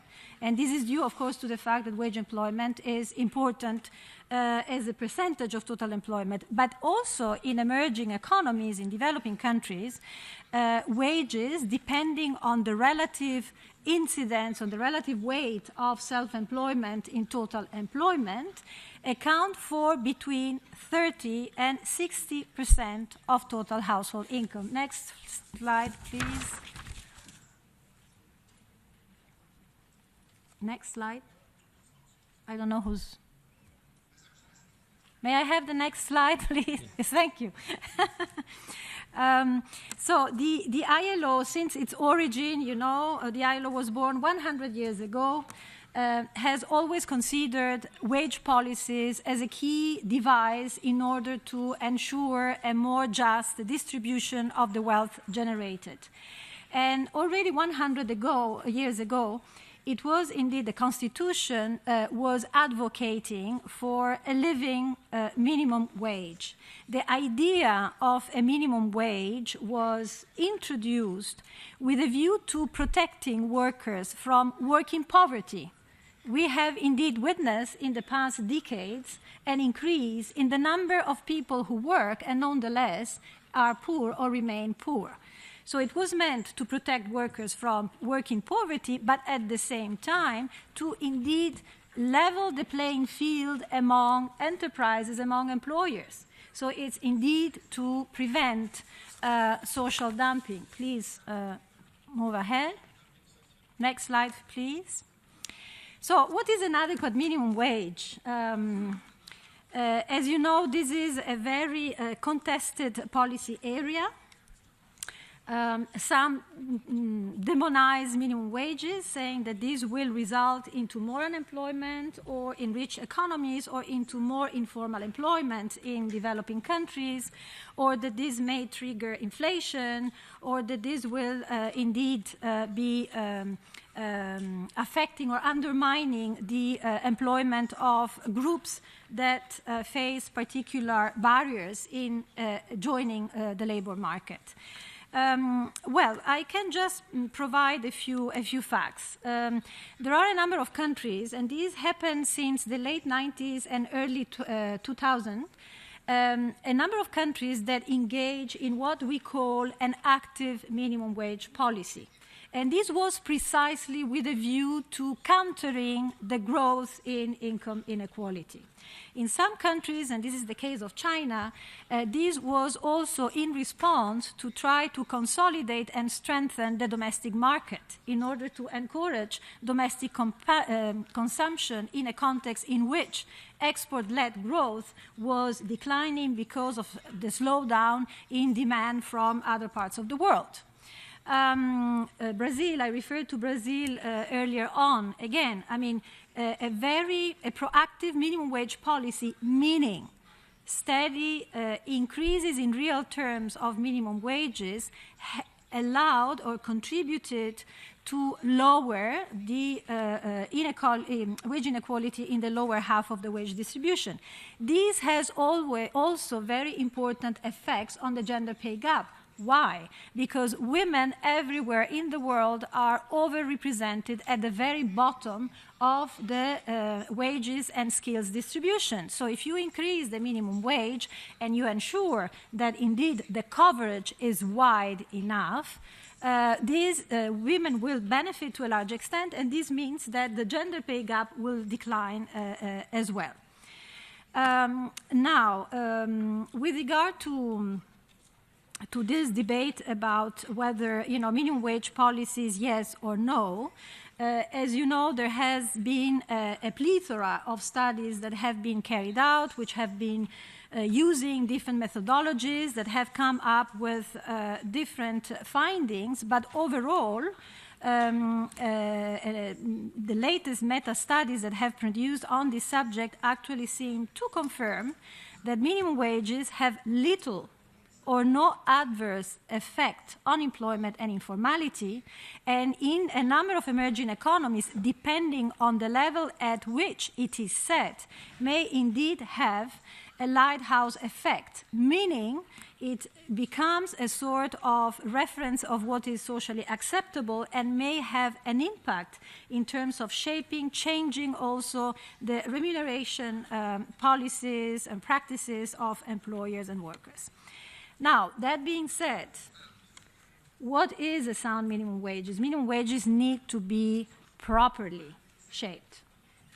And there are a number of factors which are based on our, on empirical research that we and other organizations have conducted that seem to indicate that there are a number of key factors, of key requirements for minimum wages to indeed deliver their positive impacts. First, it has to be set at the level that takes into account the needs of workers and their families, meaning the cost of living, meaning inflation rates, meaning what is the relative living standards of other groups in society, but has also to bear in mind economic considerations. So it's very important, labor productivity. It's very important also what is the desirable level of employment in a country. So it's really a balancing act between these two sets of factors. The other issue is related, as I said, to the coverage, which is very important. Another question is relating to how regularly minimum wages are adjusted. What very often happens is that the minimum wage is set and then it is left dormant for 10 years. In the meanwhile, inflation rate grows. All of a sudden, social tensions, etc., minimum wages are adjusted, and there might be increases which are indeed very difficult to absorb by the employers. And this is indeed because there is not a mechanism whereby trends in minimum wages are regularly monitored in consultations also with employers and workers' organizations. I mean, these are the actors of the real economy. It's very important that they are on board because they have a more granular understanding and knowledge of what are the trends and productivity also in different sectors and occupations. The last point, the last requirement is enforcement. We are all obsessed by the level of minimum wages. It's true that such a level is a predictor for the likelihood of a minimum wage to actually be paid. But if the level of the minimum wage is adequate, but there is absolutely no enforcement mechanism, meaning there is no fear of potential sanctions in case of non-compliance, minimum wages will simply not be paid, and the rate of non-compliance will be extremely high. So we have indeed to work on multiple factors.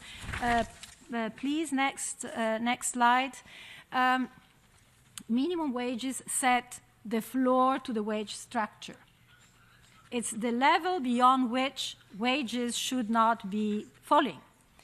To raise the bar, collective bargaining is, which involves employers and workers' organizations, and sometimes also governments, is a way of indeed raising the level of wages and ensuring a better alignment between productivity and wage developments and wage adjustments. Because indeed what we have witnessed in the past decades is the famous decoupling between productivity and wages. This means that across the board, on average, productivity has been increasing at a faster rate than average wages. So the collective bargaining is one way of indeed ensuring that there is a better connection between productivity and wage development. Next, please. Another important point is indeed that, as I said, it can help in terms of reducing the gender pay gap, which as the Deputy Secretary General this morning in the opening said, is one of the most flagrant social injustices in the contemporary world. Again, it's extremely important when looking at the gender pay gap to monitor what is the distribution of women across the skills and earnings distribution. And the gender pay gap is much larger in rich countries at the top of the skills and wage distribution, while the opposite is the case in emerging economies. In other words, in emerging economies, the gender pay gap is much larger in the lower half of the wage distribution, which confirms the importance indeed of minimum wage policies if we want to contribute to closing the gender pay gap. Last slide, and I will finish here. That being said, is obvious, is clear that to reduce inequalities, there is not one single policy device which will make the trick. It's not fiscal policies alone, it's not social protection policies alone, nor wage policies either. It's really an integrated approach. So the big challenge, I think, is indeed to try to find what is the correct configuration of these three different set of policies according to the different labor market situations across the world, and based also what is the fiscal space. So I will stop here, and thank you very much for your attention. Thank you very much. Thank you very much. With that, we come to the end of our panelists. And I turn now to the lead discussant, who is Mr. Bertrand. Are you? Yes, he's there in the film. You're in the from the Philippines. Mr. Bertrand is the. I'm sorry, I've lost the. Yes, here we are. The Deputy Minister of Finance and the Undersecretary of the Department of Finance of the Philippines. Minister, you have the floor. Yeah. Good afternoon. Hi, good afternoon. The theme of the 57th session of the Commission for Social Development, Addressing Inequalities and Challenges Through Fiscal, Wage and Social Protection Policies, is very important as it is timely. For the Philippines, this theme is reflected on our dual socioeconomic development mandate to sustain and protect a high rate of economic growth while ensuring that no one is left behind. In this regard, we have embarked on an ambitious infrastructure program such that by 2022, infrastructure spending amounts to 7% of GDP. This infrastructure program will not only boost growth and productivity, but also mitigate the effects of calamities. At the same time, we are increasing government spending on social services, education, health, and social protection. Financing this entails fiscal reforms, both in policy and administration, to increase tax effort from 14% to 17%. One-third of the marginal increase in tax effort will be for infrastructure development, while the other third for social services. In a way, our infrastructure drive validates the findings of the World Bank that the Philippines needs both more capital and improved productivity to sustain a high level of growth and reduce poverty incidence, which is still at 21.6%. Our aim is to reduce poverty incidence to 14% by the end of 2022. Productivity will be improved by greater competition in the market and better trade and investment policies and regulations. A higher level of productivity is a market-based approach to poverty reduction and inclusive development. To enhance this productivity, we are investing in our people, health, education, and social protection. On education, we have enshrined it in our Constitution that the budget for education should always be greater than that of the military. And we have been investing in schools, even pursuing public-private partnerships for the construction of school buildings, and more recently, livelihood training centers.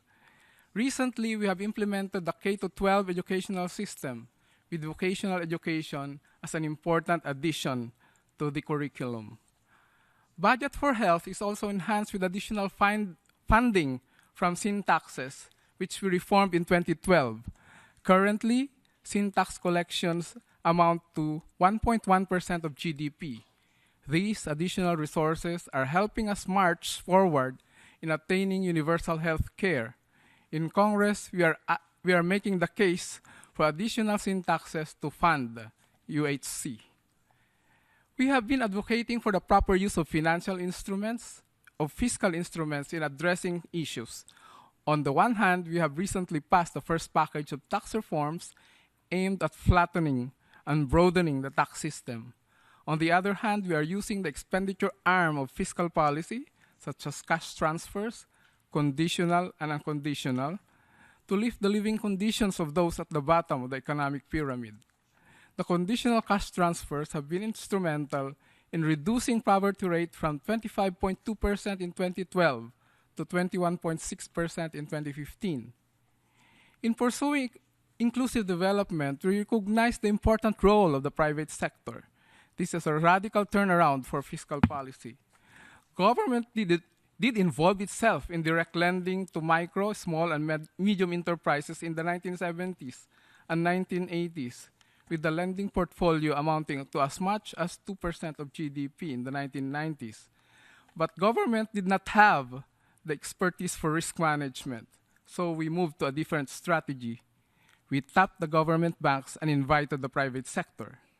The role of government has thus evolved from being an active player to that of a referee, policymaker, regulator, capability builder, enforcer of collective bargaining agreements, and a cheerer. It is the private sector that has assumed the role of an active player. Aside from increasing incomes, there's the need to protect life, livelihood, and homes. With consultations with various stakeholders and with the help of development partners, we were able to come out with a national strategy for microinsurance in 2010. No sooner did we roll out the strategy did the regulators issue the regulatory framework for microinsurance. The regulatory framework envisions an insurance market readily accessible to the informal and low-income sectors, made possible through the availability of microinsurance characterized by low premiums, understandable contracts, and simple products with a maximum 10-day claims payment provision. The contract document is a single page and can be bought from pawn shops and other outlets and may be given as gifts to other people. The microinsurance initiative was complemented with financial education, training, and advocacy campaigns, coupled with the introduction of an alternative dispute resolution mechanism to avoid costly legal battles in case of disputes. In 2013, Typhoon Haiyan, considered to be the strongest typhoon to hit land in recorded history, struck the Philippines. In the aftermath of the disaster, more than 100,000 microinsurance claims, averaging $100 per claim, were paid out immediately. These claims were instrumental in rebuilding the lives of survivors. To date, about 34 million, or one-third of the Philippine population, is covered with microinsurance. There are several things that we learn from our experiences in inclusive development. The first is the need for dialogue among stakeholders. Equally important as the inclusivity of outcome is the inclusivity of the process. In the case of microinsurance, the process in crafting the regulations was transparent and inclusive, such that stakeholders have meaningful ownership of those rules and regulations. The second important lesson is the need for collaboration, not only in consultation phases, but also in the implementation. In the case of microinsurance, we have enlisted the help of local governments, even at the village level, especially in far-flung areas, to ensure timely payment of claims. Another very important lesson is the need for scaling up, enhancement, and sustainability of various initiatives.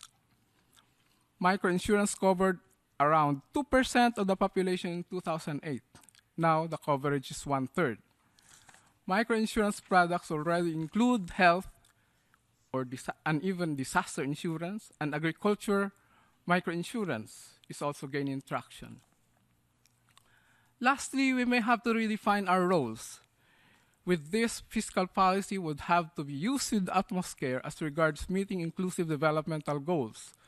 There are instances where the government may have to step in, as in the case of cash transfers, provision of infrastructure and social services, an enforcer of collective bargaining agreements, and also there are cases where the private sector can perform more efficiently and a more sustainable role, as in the case of microfinance and microinsurance.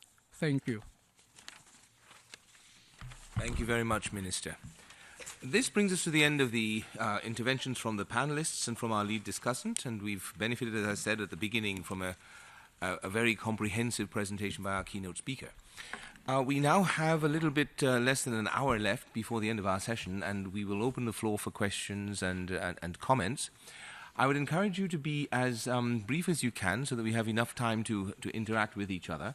And please, to preface any comment or question by introducing yourself and giving us a sense of what institution or government you represent.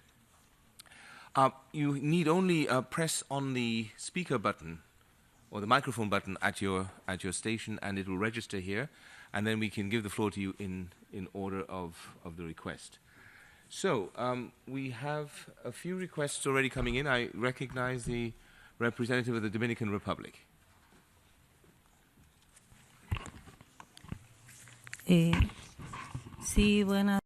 Yes. Good afternoon, everybody. My name is Natalie Maria from the National Council for the Elderly in the Dominican Republic and for older people. I should like to congratulate our panel for the great work they've been doing all day, and thank you very much for the information that you've provided us. It's of extreme importance.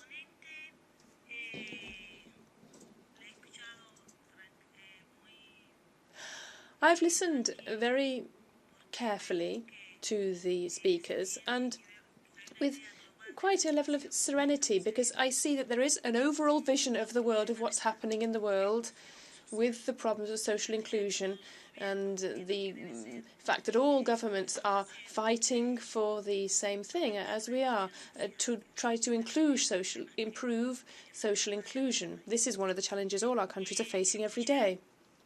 And I was pleased to hear this so often. I heard people saying that there must be public and private alliances. I can't remember which was the name of the speaker who was talking about the fact they didn't really believe in public-private partnerships as a tool to overcome the social problems that our countries are facing.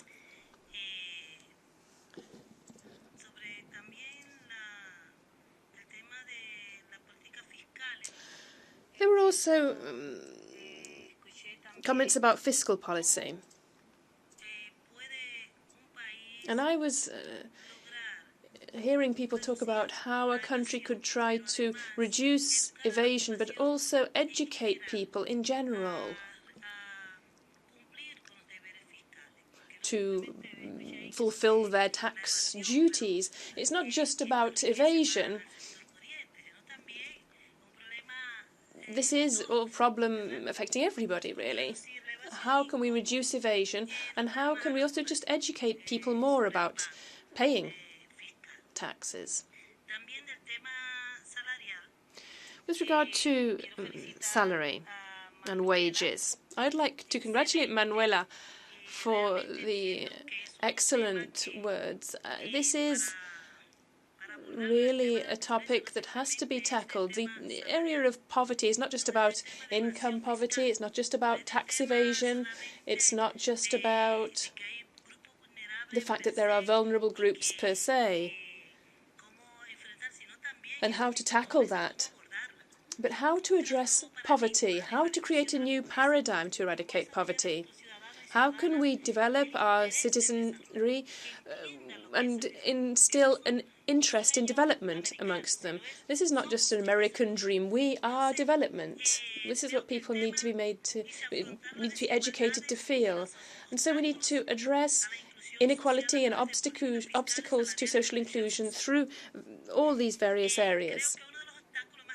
I think one of the greatest obstacles being faced, particularly in developing countries, is illiteracy. I think one of the things we really need to ensure is that we need to use literacy as a tool. This brings down many obstacles.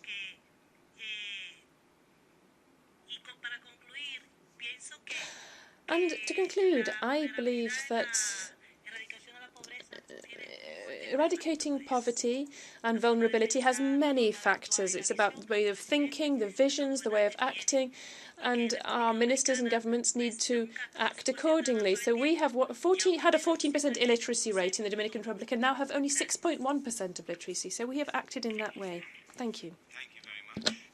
Let me give the floor now to the representative of the European Union.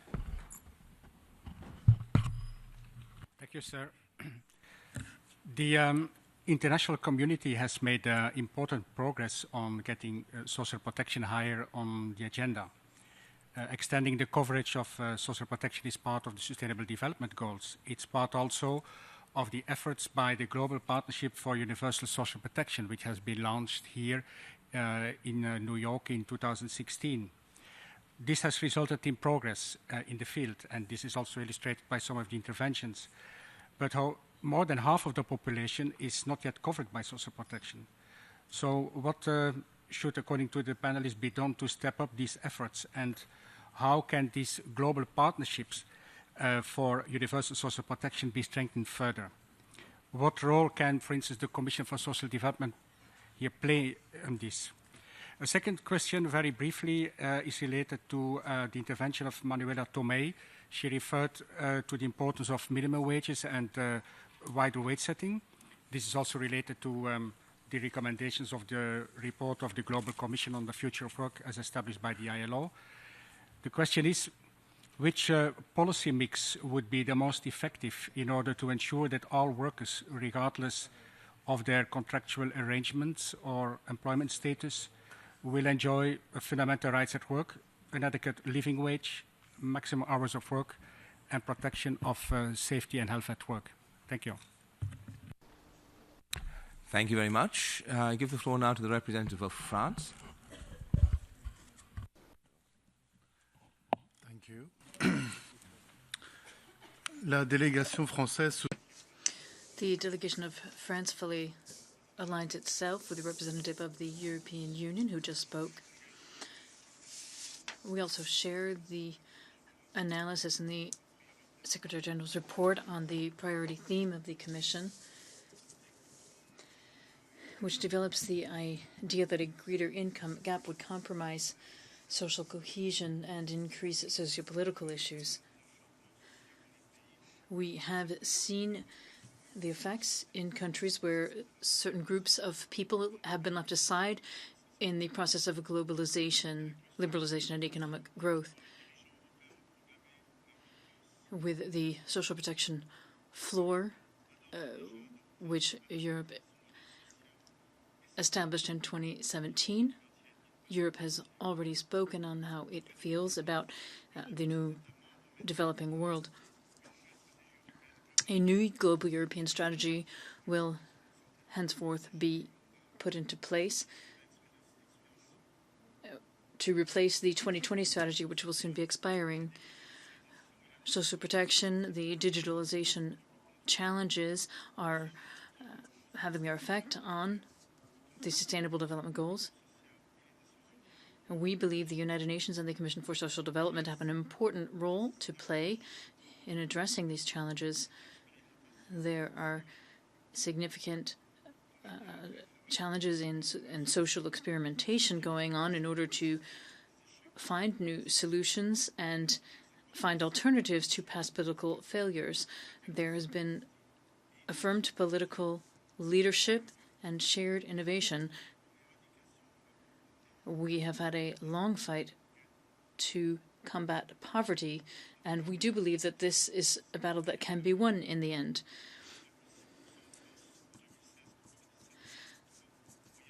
.6% is the new reduced poverty level, coming down from 17.3%. That's in France. To make our new strategy even more effective, although we see it has had some success, it needs to be fully reformed. There needs to be a transformation of our social model, which must understand that everyone can live in dignity from his or her job. A certain number of measures have been taken to encourage activities through services, and especially for those who have the lowest incomes. Since January 2019, there are no longer additional taxes on overtime. Those with the lowest income have been encouraged to re-enter the workforce according to their skills, and this is thanks to the re-evaluation of personal happiness and trying to ensure that everyone has the minimum wage accessible. The social system will be simplified and streamlined to address new inequalities. There will also be a focus on job placement. The new strategy will rely on universal activity, universal work, and there will also be various services to uphold a minimum standard of living and make sure that each person can, through his or her work, make a living with their available income.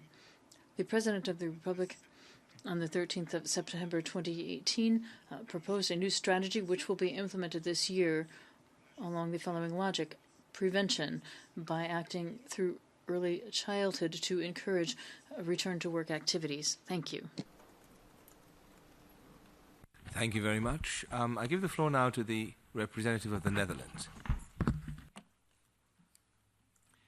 Thank you, Chair. I would like to address a few policy measures in the Netherlands that are aimed at reducing inequality. The inequality in the Netherlands has been relatively low for the last couple of decades. This is not only due to our minimum wage, which we have, but mostly due to the redistribution effects of our pension system. In the Netherlands, each person receives the same state pension after reaching the retirement age. And workers, in addition, they also receive something like a collective pension, a second pillar pension, that's often even higher than the state pension. Another factor is our progressive income taxes. However, we also face some challenges. The Netherlands has relatively many workers who are self-employed or work on flexible contracts. Workers with flexible contracts are less protected than workers with open-ended contracts. Our government has recently taken measures to restore the balance between the two categories. The main measures are aimed at making flexible work more expensive for employers than open-ended contracts. For instance, by increasing premiums for unemployment benefits for flexible contracts. This is to make it more attractive for employers to offer open-ended contracts and thus to offer more protection to the workers. Another challenge is how to make our labor market more inclusive for people with disadvantaged backgrounds to reduce income inequality. One example is people with a disability. For them, it's still very difficult to find a job. In 2013, our government agreed, together with employers and employees organizations, to create 100,000 and 25,000 so-called normal jobs, so not created jobs, for people with a disability. So 100,000 in the private sector and the rest in the public sector. This number has to be reached in 2026. The private sector is doing well so far, but unfortunately the public sector is still lagging behind. This is why our sanction system comes into force. So when the public sector has not shown any improvement next year, each part that doesn't reach its individual target has to pay a levy of €5,000 for each non-filled job. This is a little more than $5,500. So the meaning of this is to help them to reach their targets. Thank you, Chair. Thank you very much. I give the floor now to the representative of Algeria.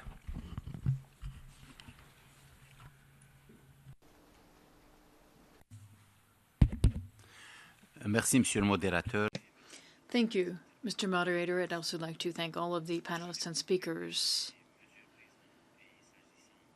I won't describe all of the measures taken in my country for social protection. My country is dedicating roughly 25% of its natural resources to social protection, and we will address this in more detail during the general discussion.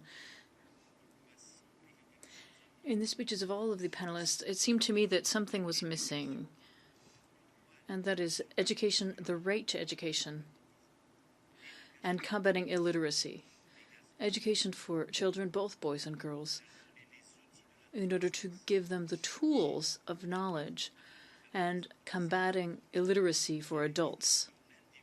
It's only when an individual is educated that he knows his rights, and knowing one's rights means that these people become flourishing citizens and that they pursue human development. So What is central to this question is one of dignity, and beyond that, human rights.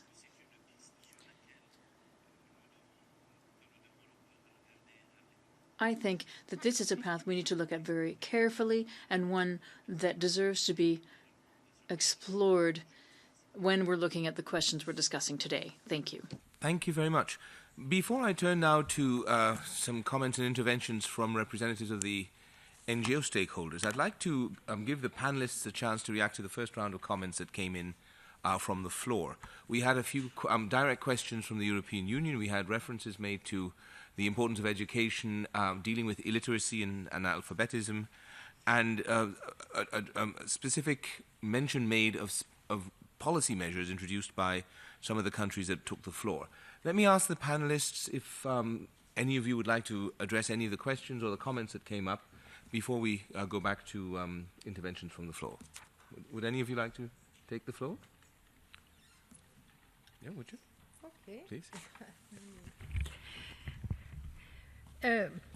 Well, I think that some of the measures that have been presented here are really going in the right direction if when it comes to address the structural problem of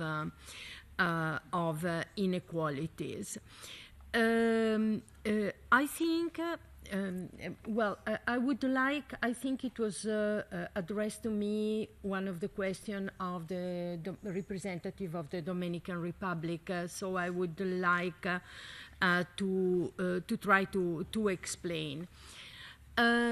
We have evidence now, and I think that during this week, Philip Alston, when he will present his report here, will highlight again the evidence of how much public-private partnership have pushed inequality in many countries and how dangerous they have been for social cohesion and social inclusiveness.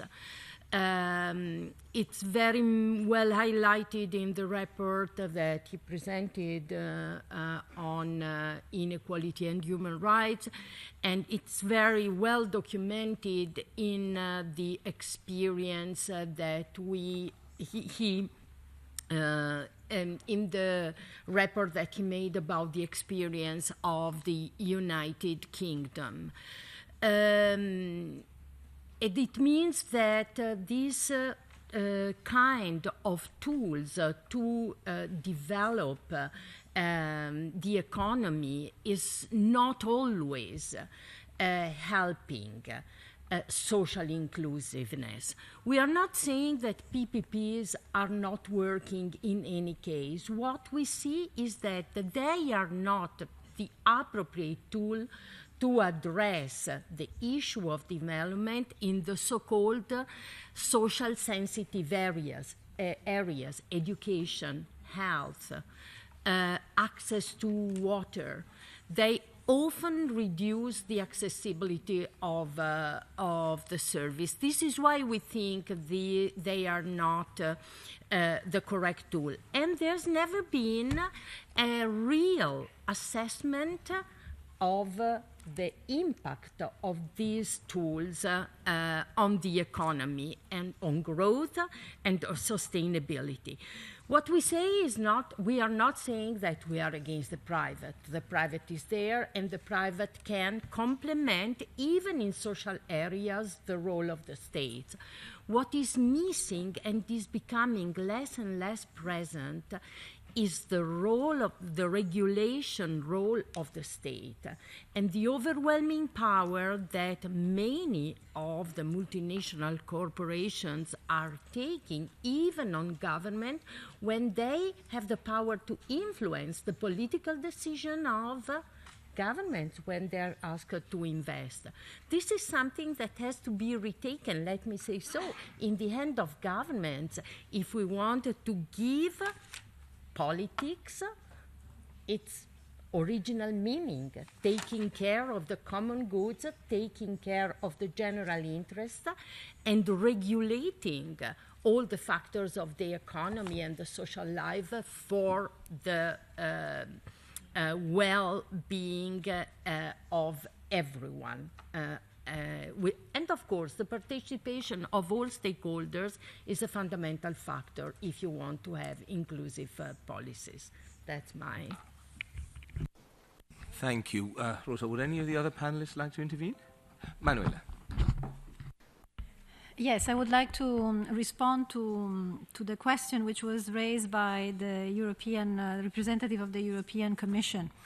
I think, which was indeed asking what would be the type of policies that would indeed permit all workers, irrespective of their contractual arrangements, to indeed benefit from an adequate wage, from protection against occupational hazards, and so on.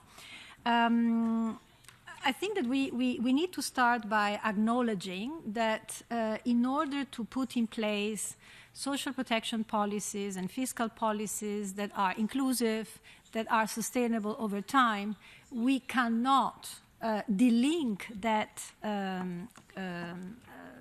those factors from also the need for investing in the improvement of the quality of work and jobs in particular. So they are interconnected. So we should really move away from a silos approach. The second thing is, and this I think was also raised by the representative of the government of the Netherlands, the labor market is becoming much more diverse. Is becoming also much more segmented.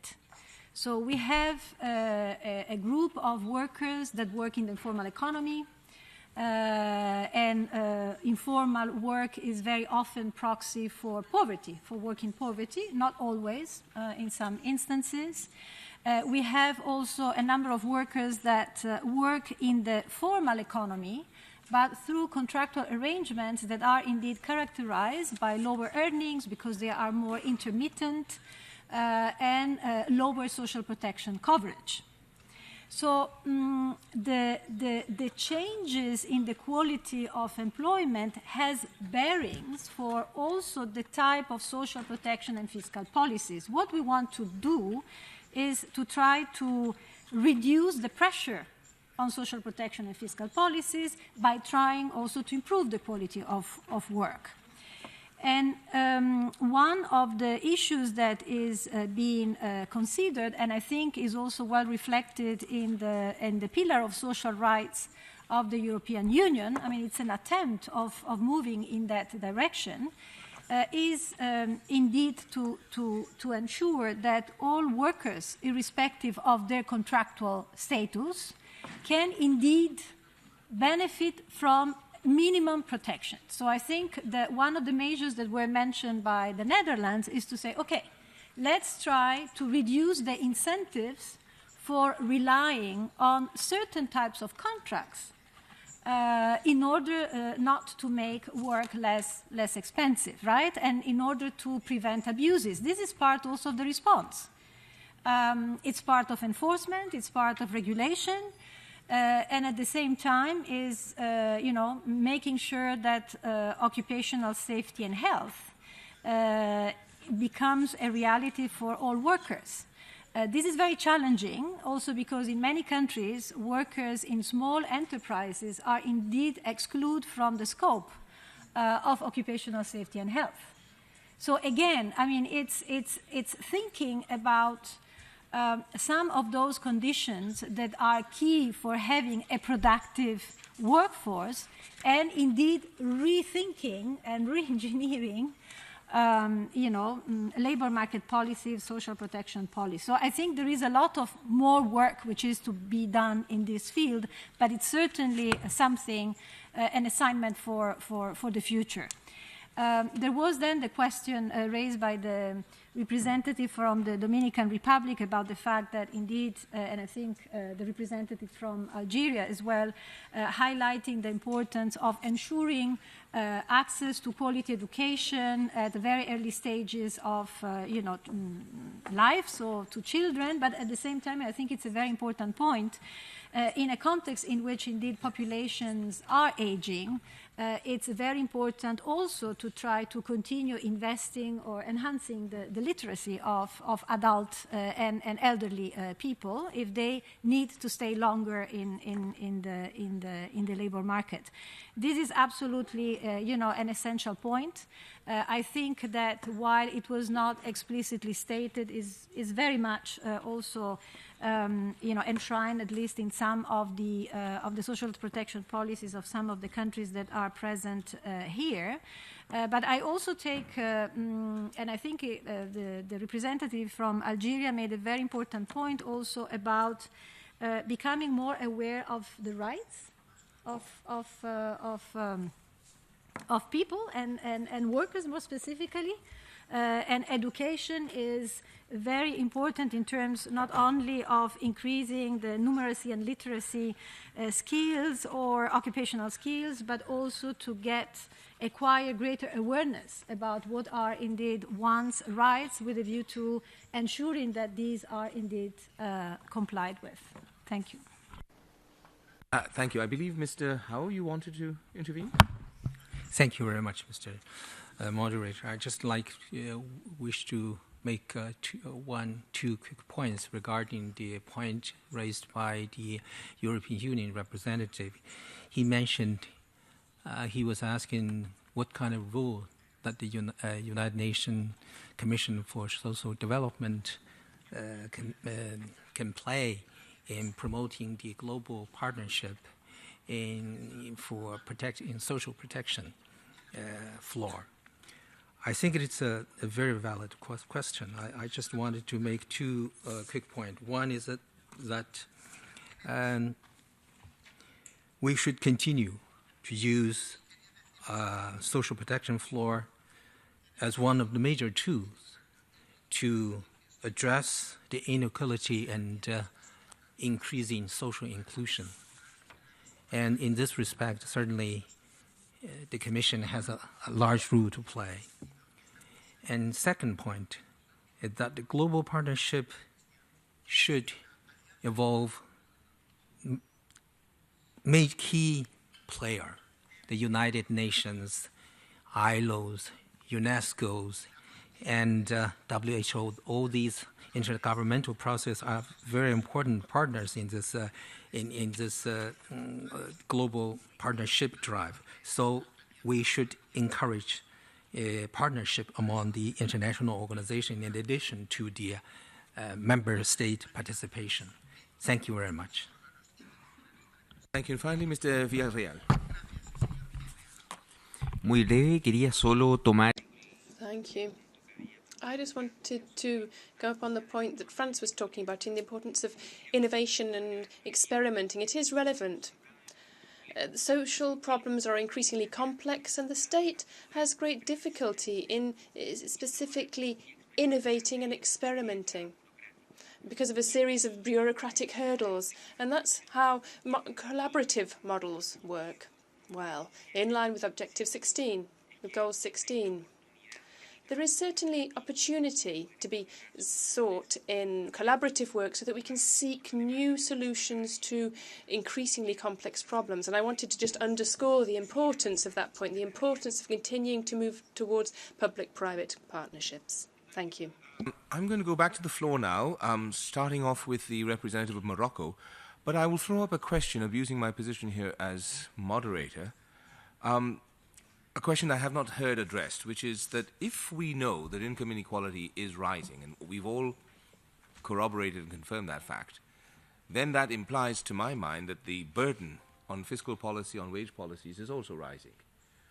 Do we think that we have in hand the tools necessary to really respond effectively, given that the amplitude of the problem is rising? Or are there other policies we should take into account? And secondly, how effective are fiscal and wage policies in particular in informal settings? And in many countries, the informality of the economy is a major characteristic that needs to be taken into account. I recognize the representative of Morocco, please.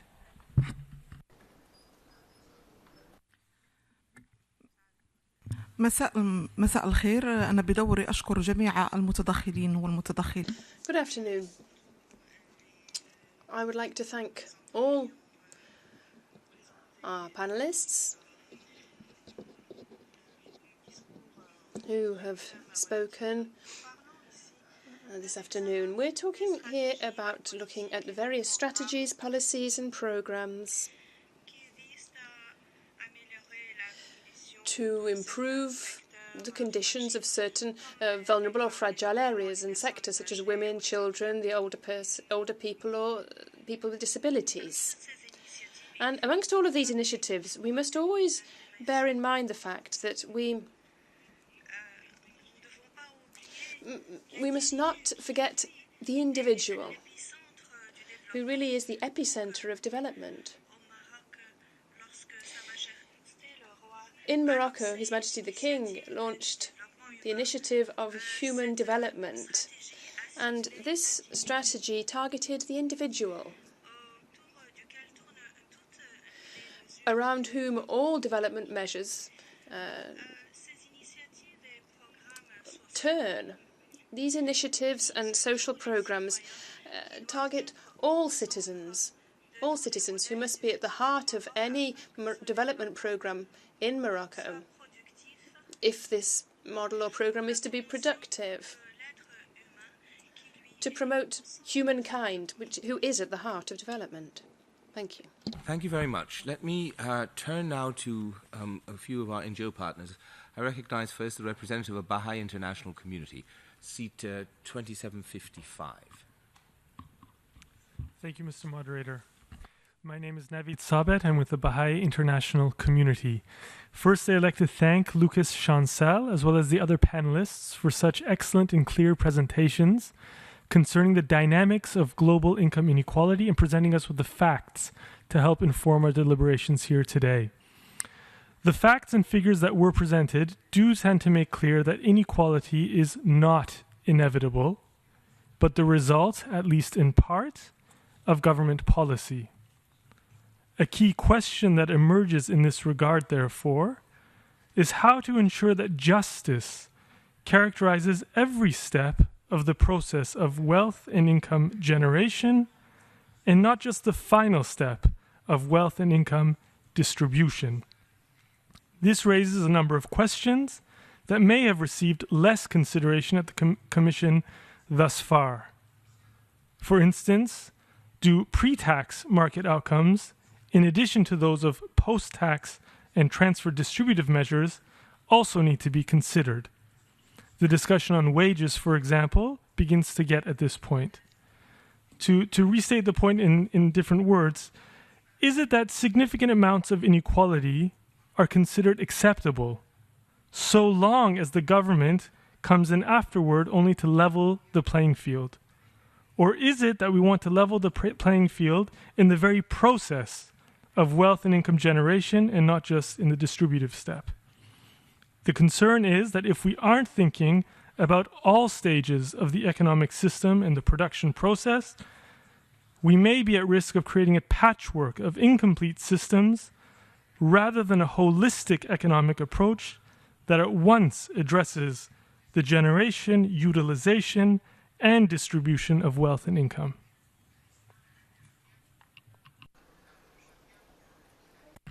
Thank you very much. That is indeed a very interesting point. Let me turn now to the Congregation of Our Lady of Charity of the Good Shepherd in seat 2756.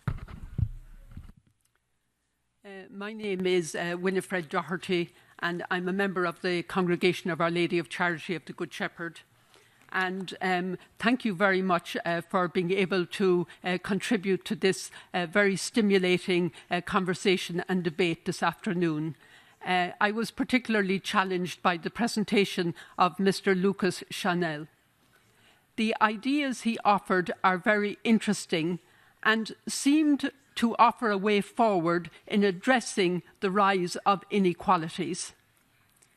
He said very clearly, or at least that's the way I heard him, that governments can act on inequality in moving away from macroeconomic indicators such as GDP, beyond averages, and he considered the strength of the SDG 10.1 with a focus on the bottom 40%. He further suggested that the United Nations has a critical role to play in the development of new measures. And my question is, can the panel elucidate a bit more the implications of this and how we can work towards a better balance between private capital and public capital? Thank you. Thank you very much. I turn now to the representative of Unanima International at seat 2754. Thank you.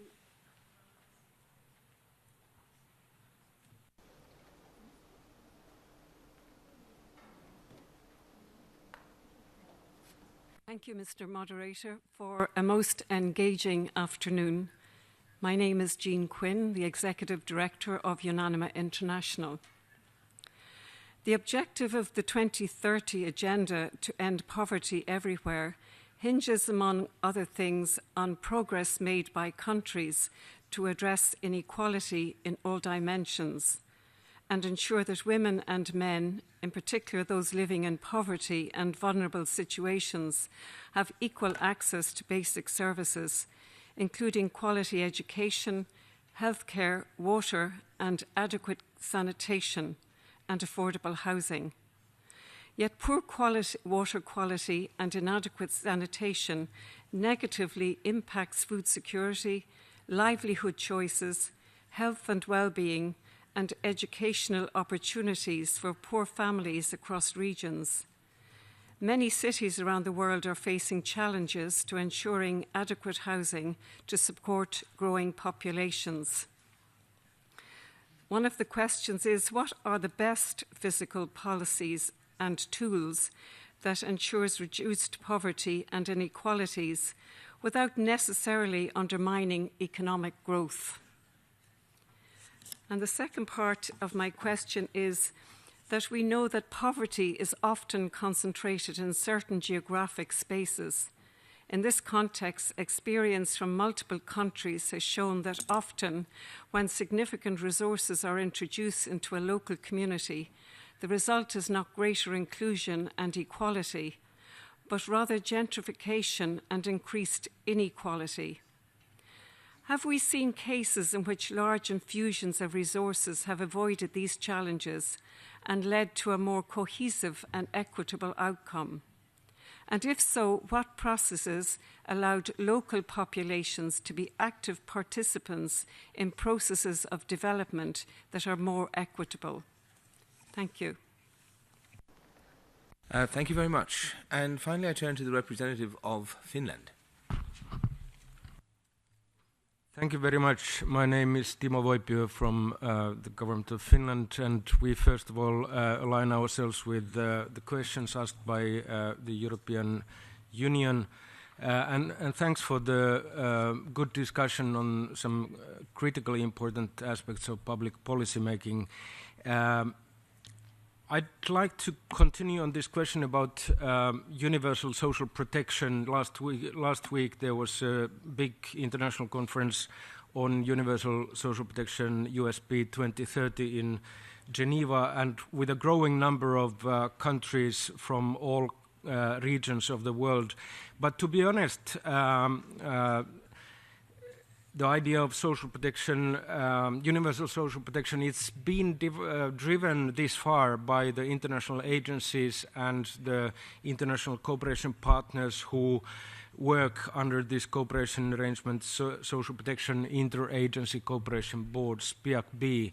And the question really here is for today and later in this commission, how could we move towards a democratically owned global campaign for universal social protection? What role can CSocD play in terms of providing a forum for all country groups to come and promote social protection? And there is a related question maybe to Mr. Stanfield-Michello.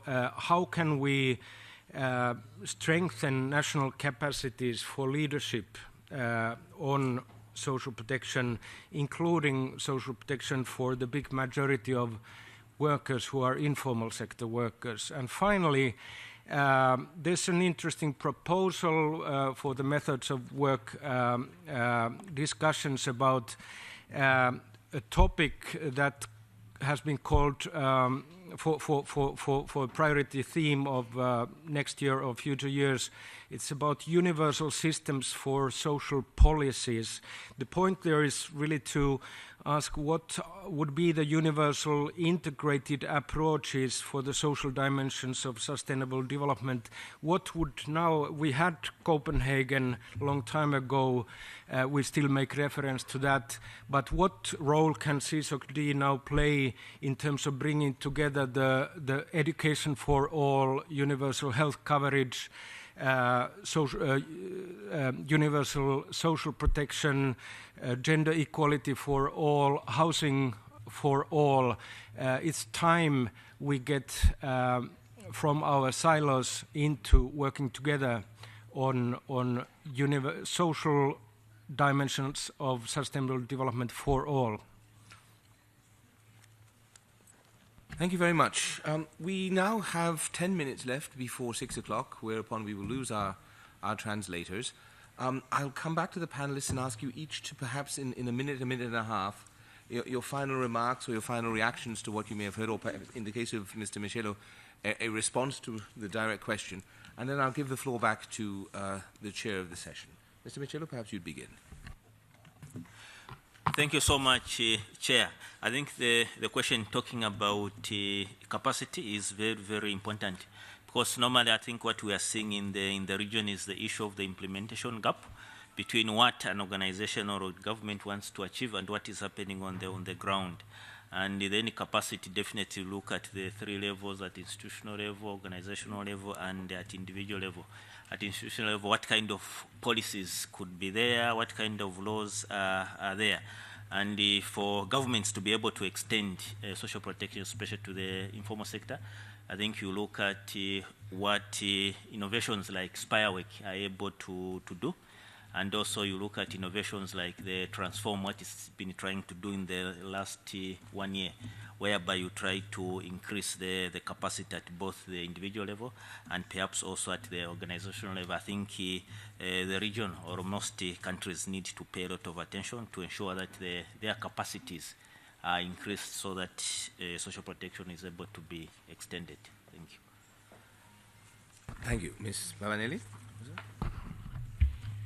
Well, I think that the idea of making easy money, easy profit out of money has a little bit corrupted our idea of productivity and our idea of economic growth and development. I think that we need to return to an idea that is through work, production of goods, provision of services, that we can develop, that we can produce sustainable development and inclusiveness in our community. This requires recognition of the worth, of the value of labor, the value of workers, and these require policies that are consistent with this. Thank you. Thank you very much. Manuela Tomei, can I turn to you now? Yes, I wanted to address the points, comments made by different people who took the floor with regard to how to extend social protection or how to improve also the living conditions, working conditions of those in the informal economy. I would like to highlight the fact that indeed the ILO adopted a recommendation which is indeed about formalizing the formal economy. And it is really very much based on the principle that indeed, incremental approaches and steps are to be pursued. The way there is not one single policy measure that can make the difference, but it's the configuration, how you sequence the interventions. But something very important is especially when it comes to how to encourage, and I'm talking here of, the self-employed, the small entrepreneurs that might be semi-formal. It's very important to put in place a balanced set of incentives and sanctions. It's the stick and carrot approach. In many countries have indeed, on one hand, tried to make it less costly for small entrepreneurs to formalize themselves by simplifying taxation policies for small entrepreneurs. So here fiscal policies come into play. And the other issue has also been to try, for instance, to allow them to have access to public tenderings, to public contracts, etc., by encouraging them to regularize the position of the workers. So it's again a combination of policies acting on, the fiscal front, social policy, and labor policies. Thank you. Mr. Haubin? Just two quick points. Thank you very much indeed. First, in addressing inequality, and one very important consideration is that you would have to take into the specific national condition while developing measures to address the inequality. And this is one point. Second point is, I believe that we can have, as member of the United Nations, we can have a universal framework under which that we, broad framework that we can pursue this very important task. Thank you very much. Thank you. I turn now to Minister Villarreal of Chile. Muchas gracias. Thank you very much. And thank you once again for the opportunity to participate in the panel.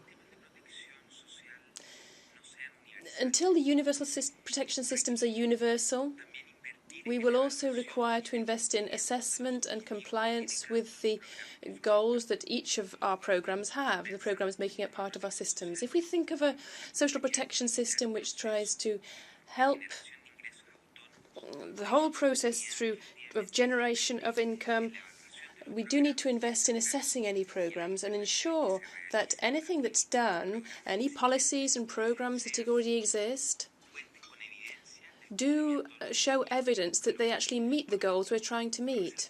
I also want to stress the importance, finally, of putting the individual at the centre of any policies, plans and programs that inform our social protection systems. We see, for example, the importance of older people being able to remain in the labour market for longer.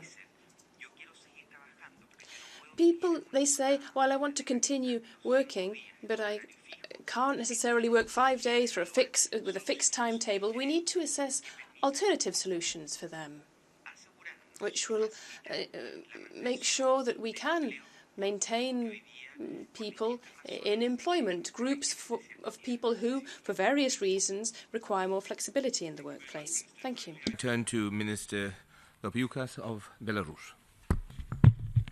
Спасибо. Thank you. First, I believe it is essential to differentiate our attention in reviewing areas in inequality and social inclusion that specific groups in states will have to address. For example, there are specific problems of groups of states with middle income countries, and the problems that this group of countries is facing most severely is unfortunately not reflected at the international community level in the plans of actions and development plans. Second, I would like to address what the first civil society representative said about the fact that the creation of societal wealth needs to be paid attention to in distribution, as it can lead to inequalities in society, and there need to be policies on wage and policies for the creation of new of sustainable, reliable, and protected jobs. The creation of these new jobs has to be the foundation of economic growth.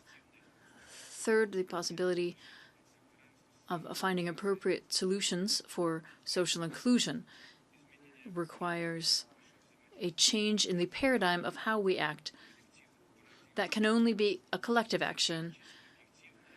This competitive paradigm that exists today needs to be changed in favor of a paradigm of cooperation. And in this regard, I completely agree with the remarks of the representative of Finland, that we need to work on this problem together. Thank you. Thank you very much, and I thank all of the panelists, our keynote speaker, and all of the interventions from the floor. I'll hand the floor back now to our distinguished chairperson. Thank you, Mr. Harris. Distinguished delegates, we have reached to the end of our interesting high-level panel discussion on the priority theme, and I thank the moderator, Mr. Harris, for skillfully guiding our discussion. I would also thank the distinguished keynote speaker, the panelists, lead discussant, and delegation who they are participation and contributions. Before I adjourning this meeting, I would like to draw your attention to the weather advisory, which will be in effect tomorrow, Tuesday, 12 February, in New York City. As of now, UN headquarters is expected to be open. Tomorrow, any update will be posted on emergency.un.org. Otherwise, the Commission will hold a ministerial forum on social protection tomorrow at 10 a.m. in this room. The meeting is adjourned.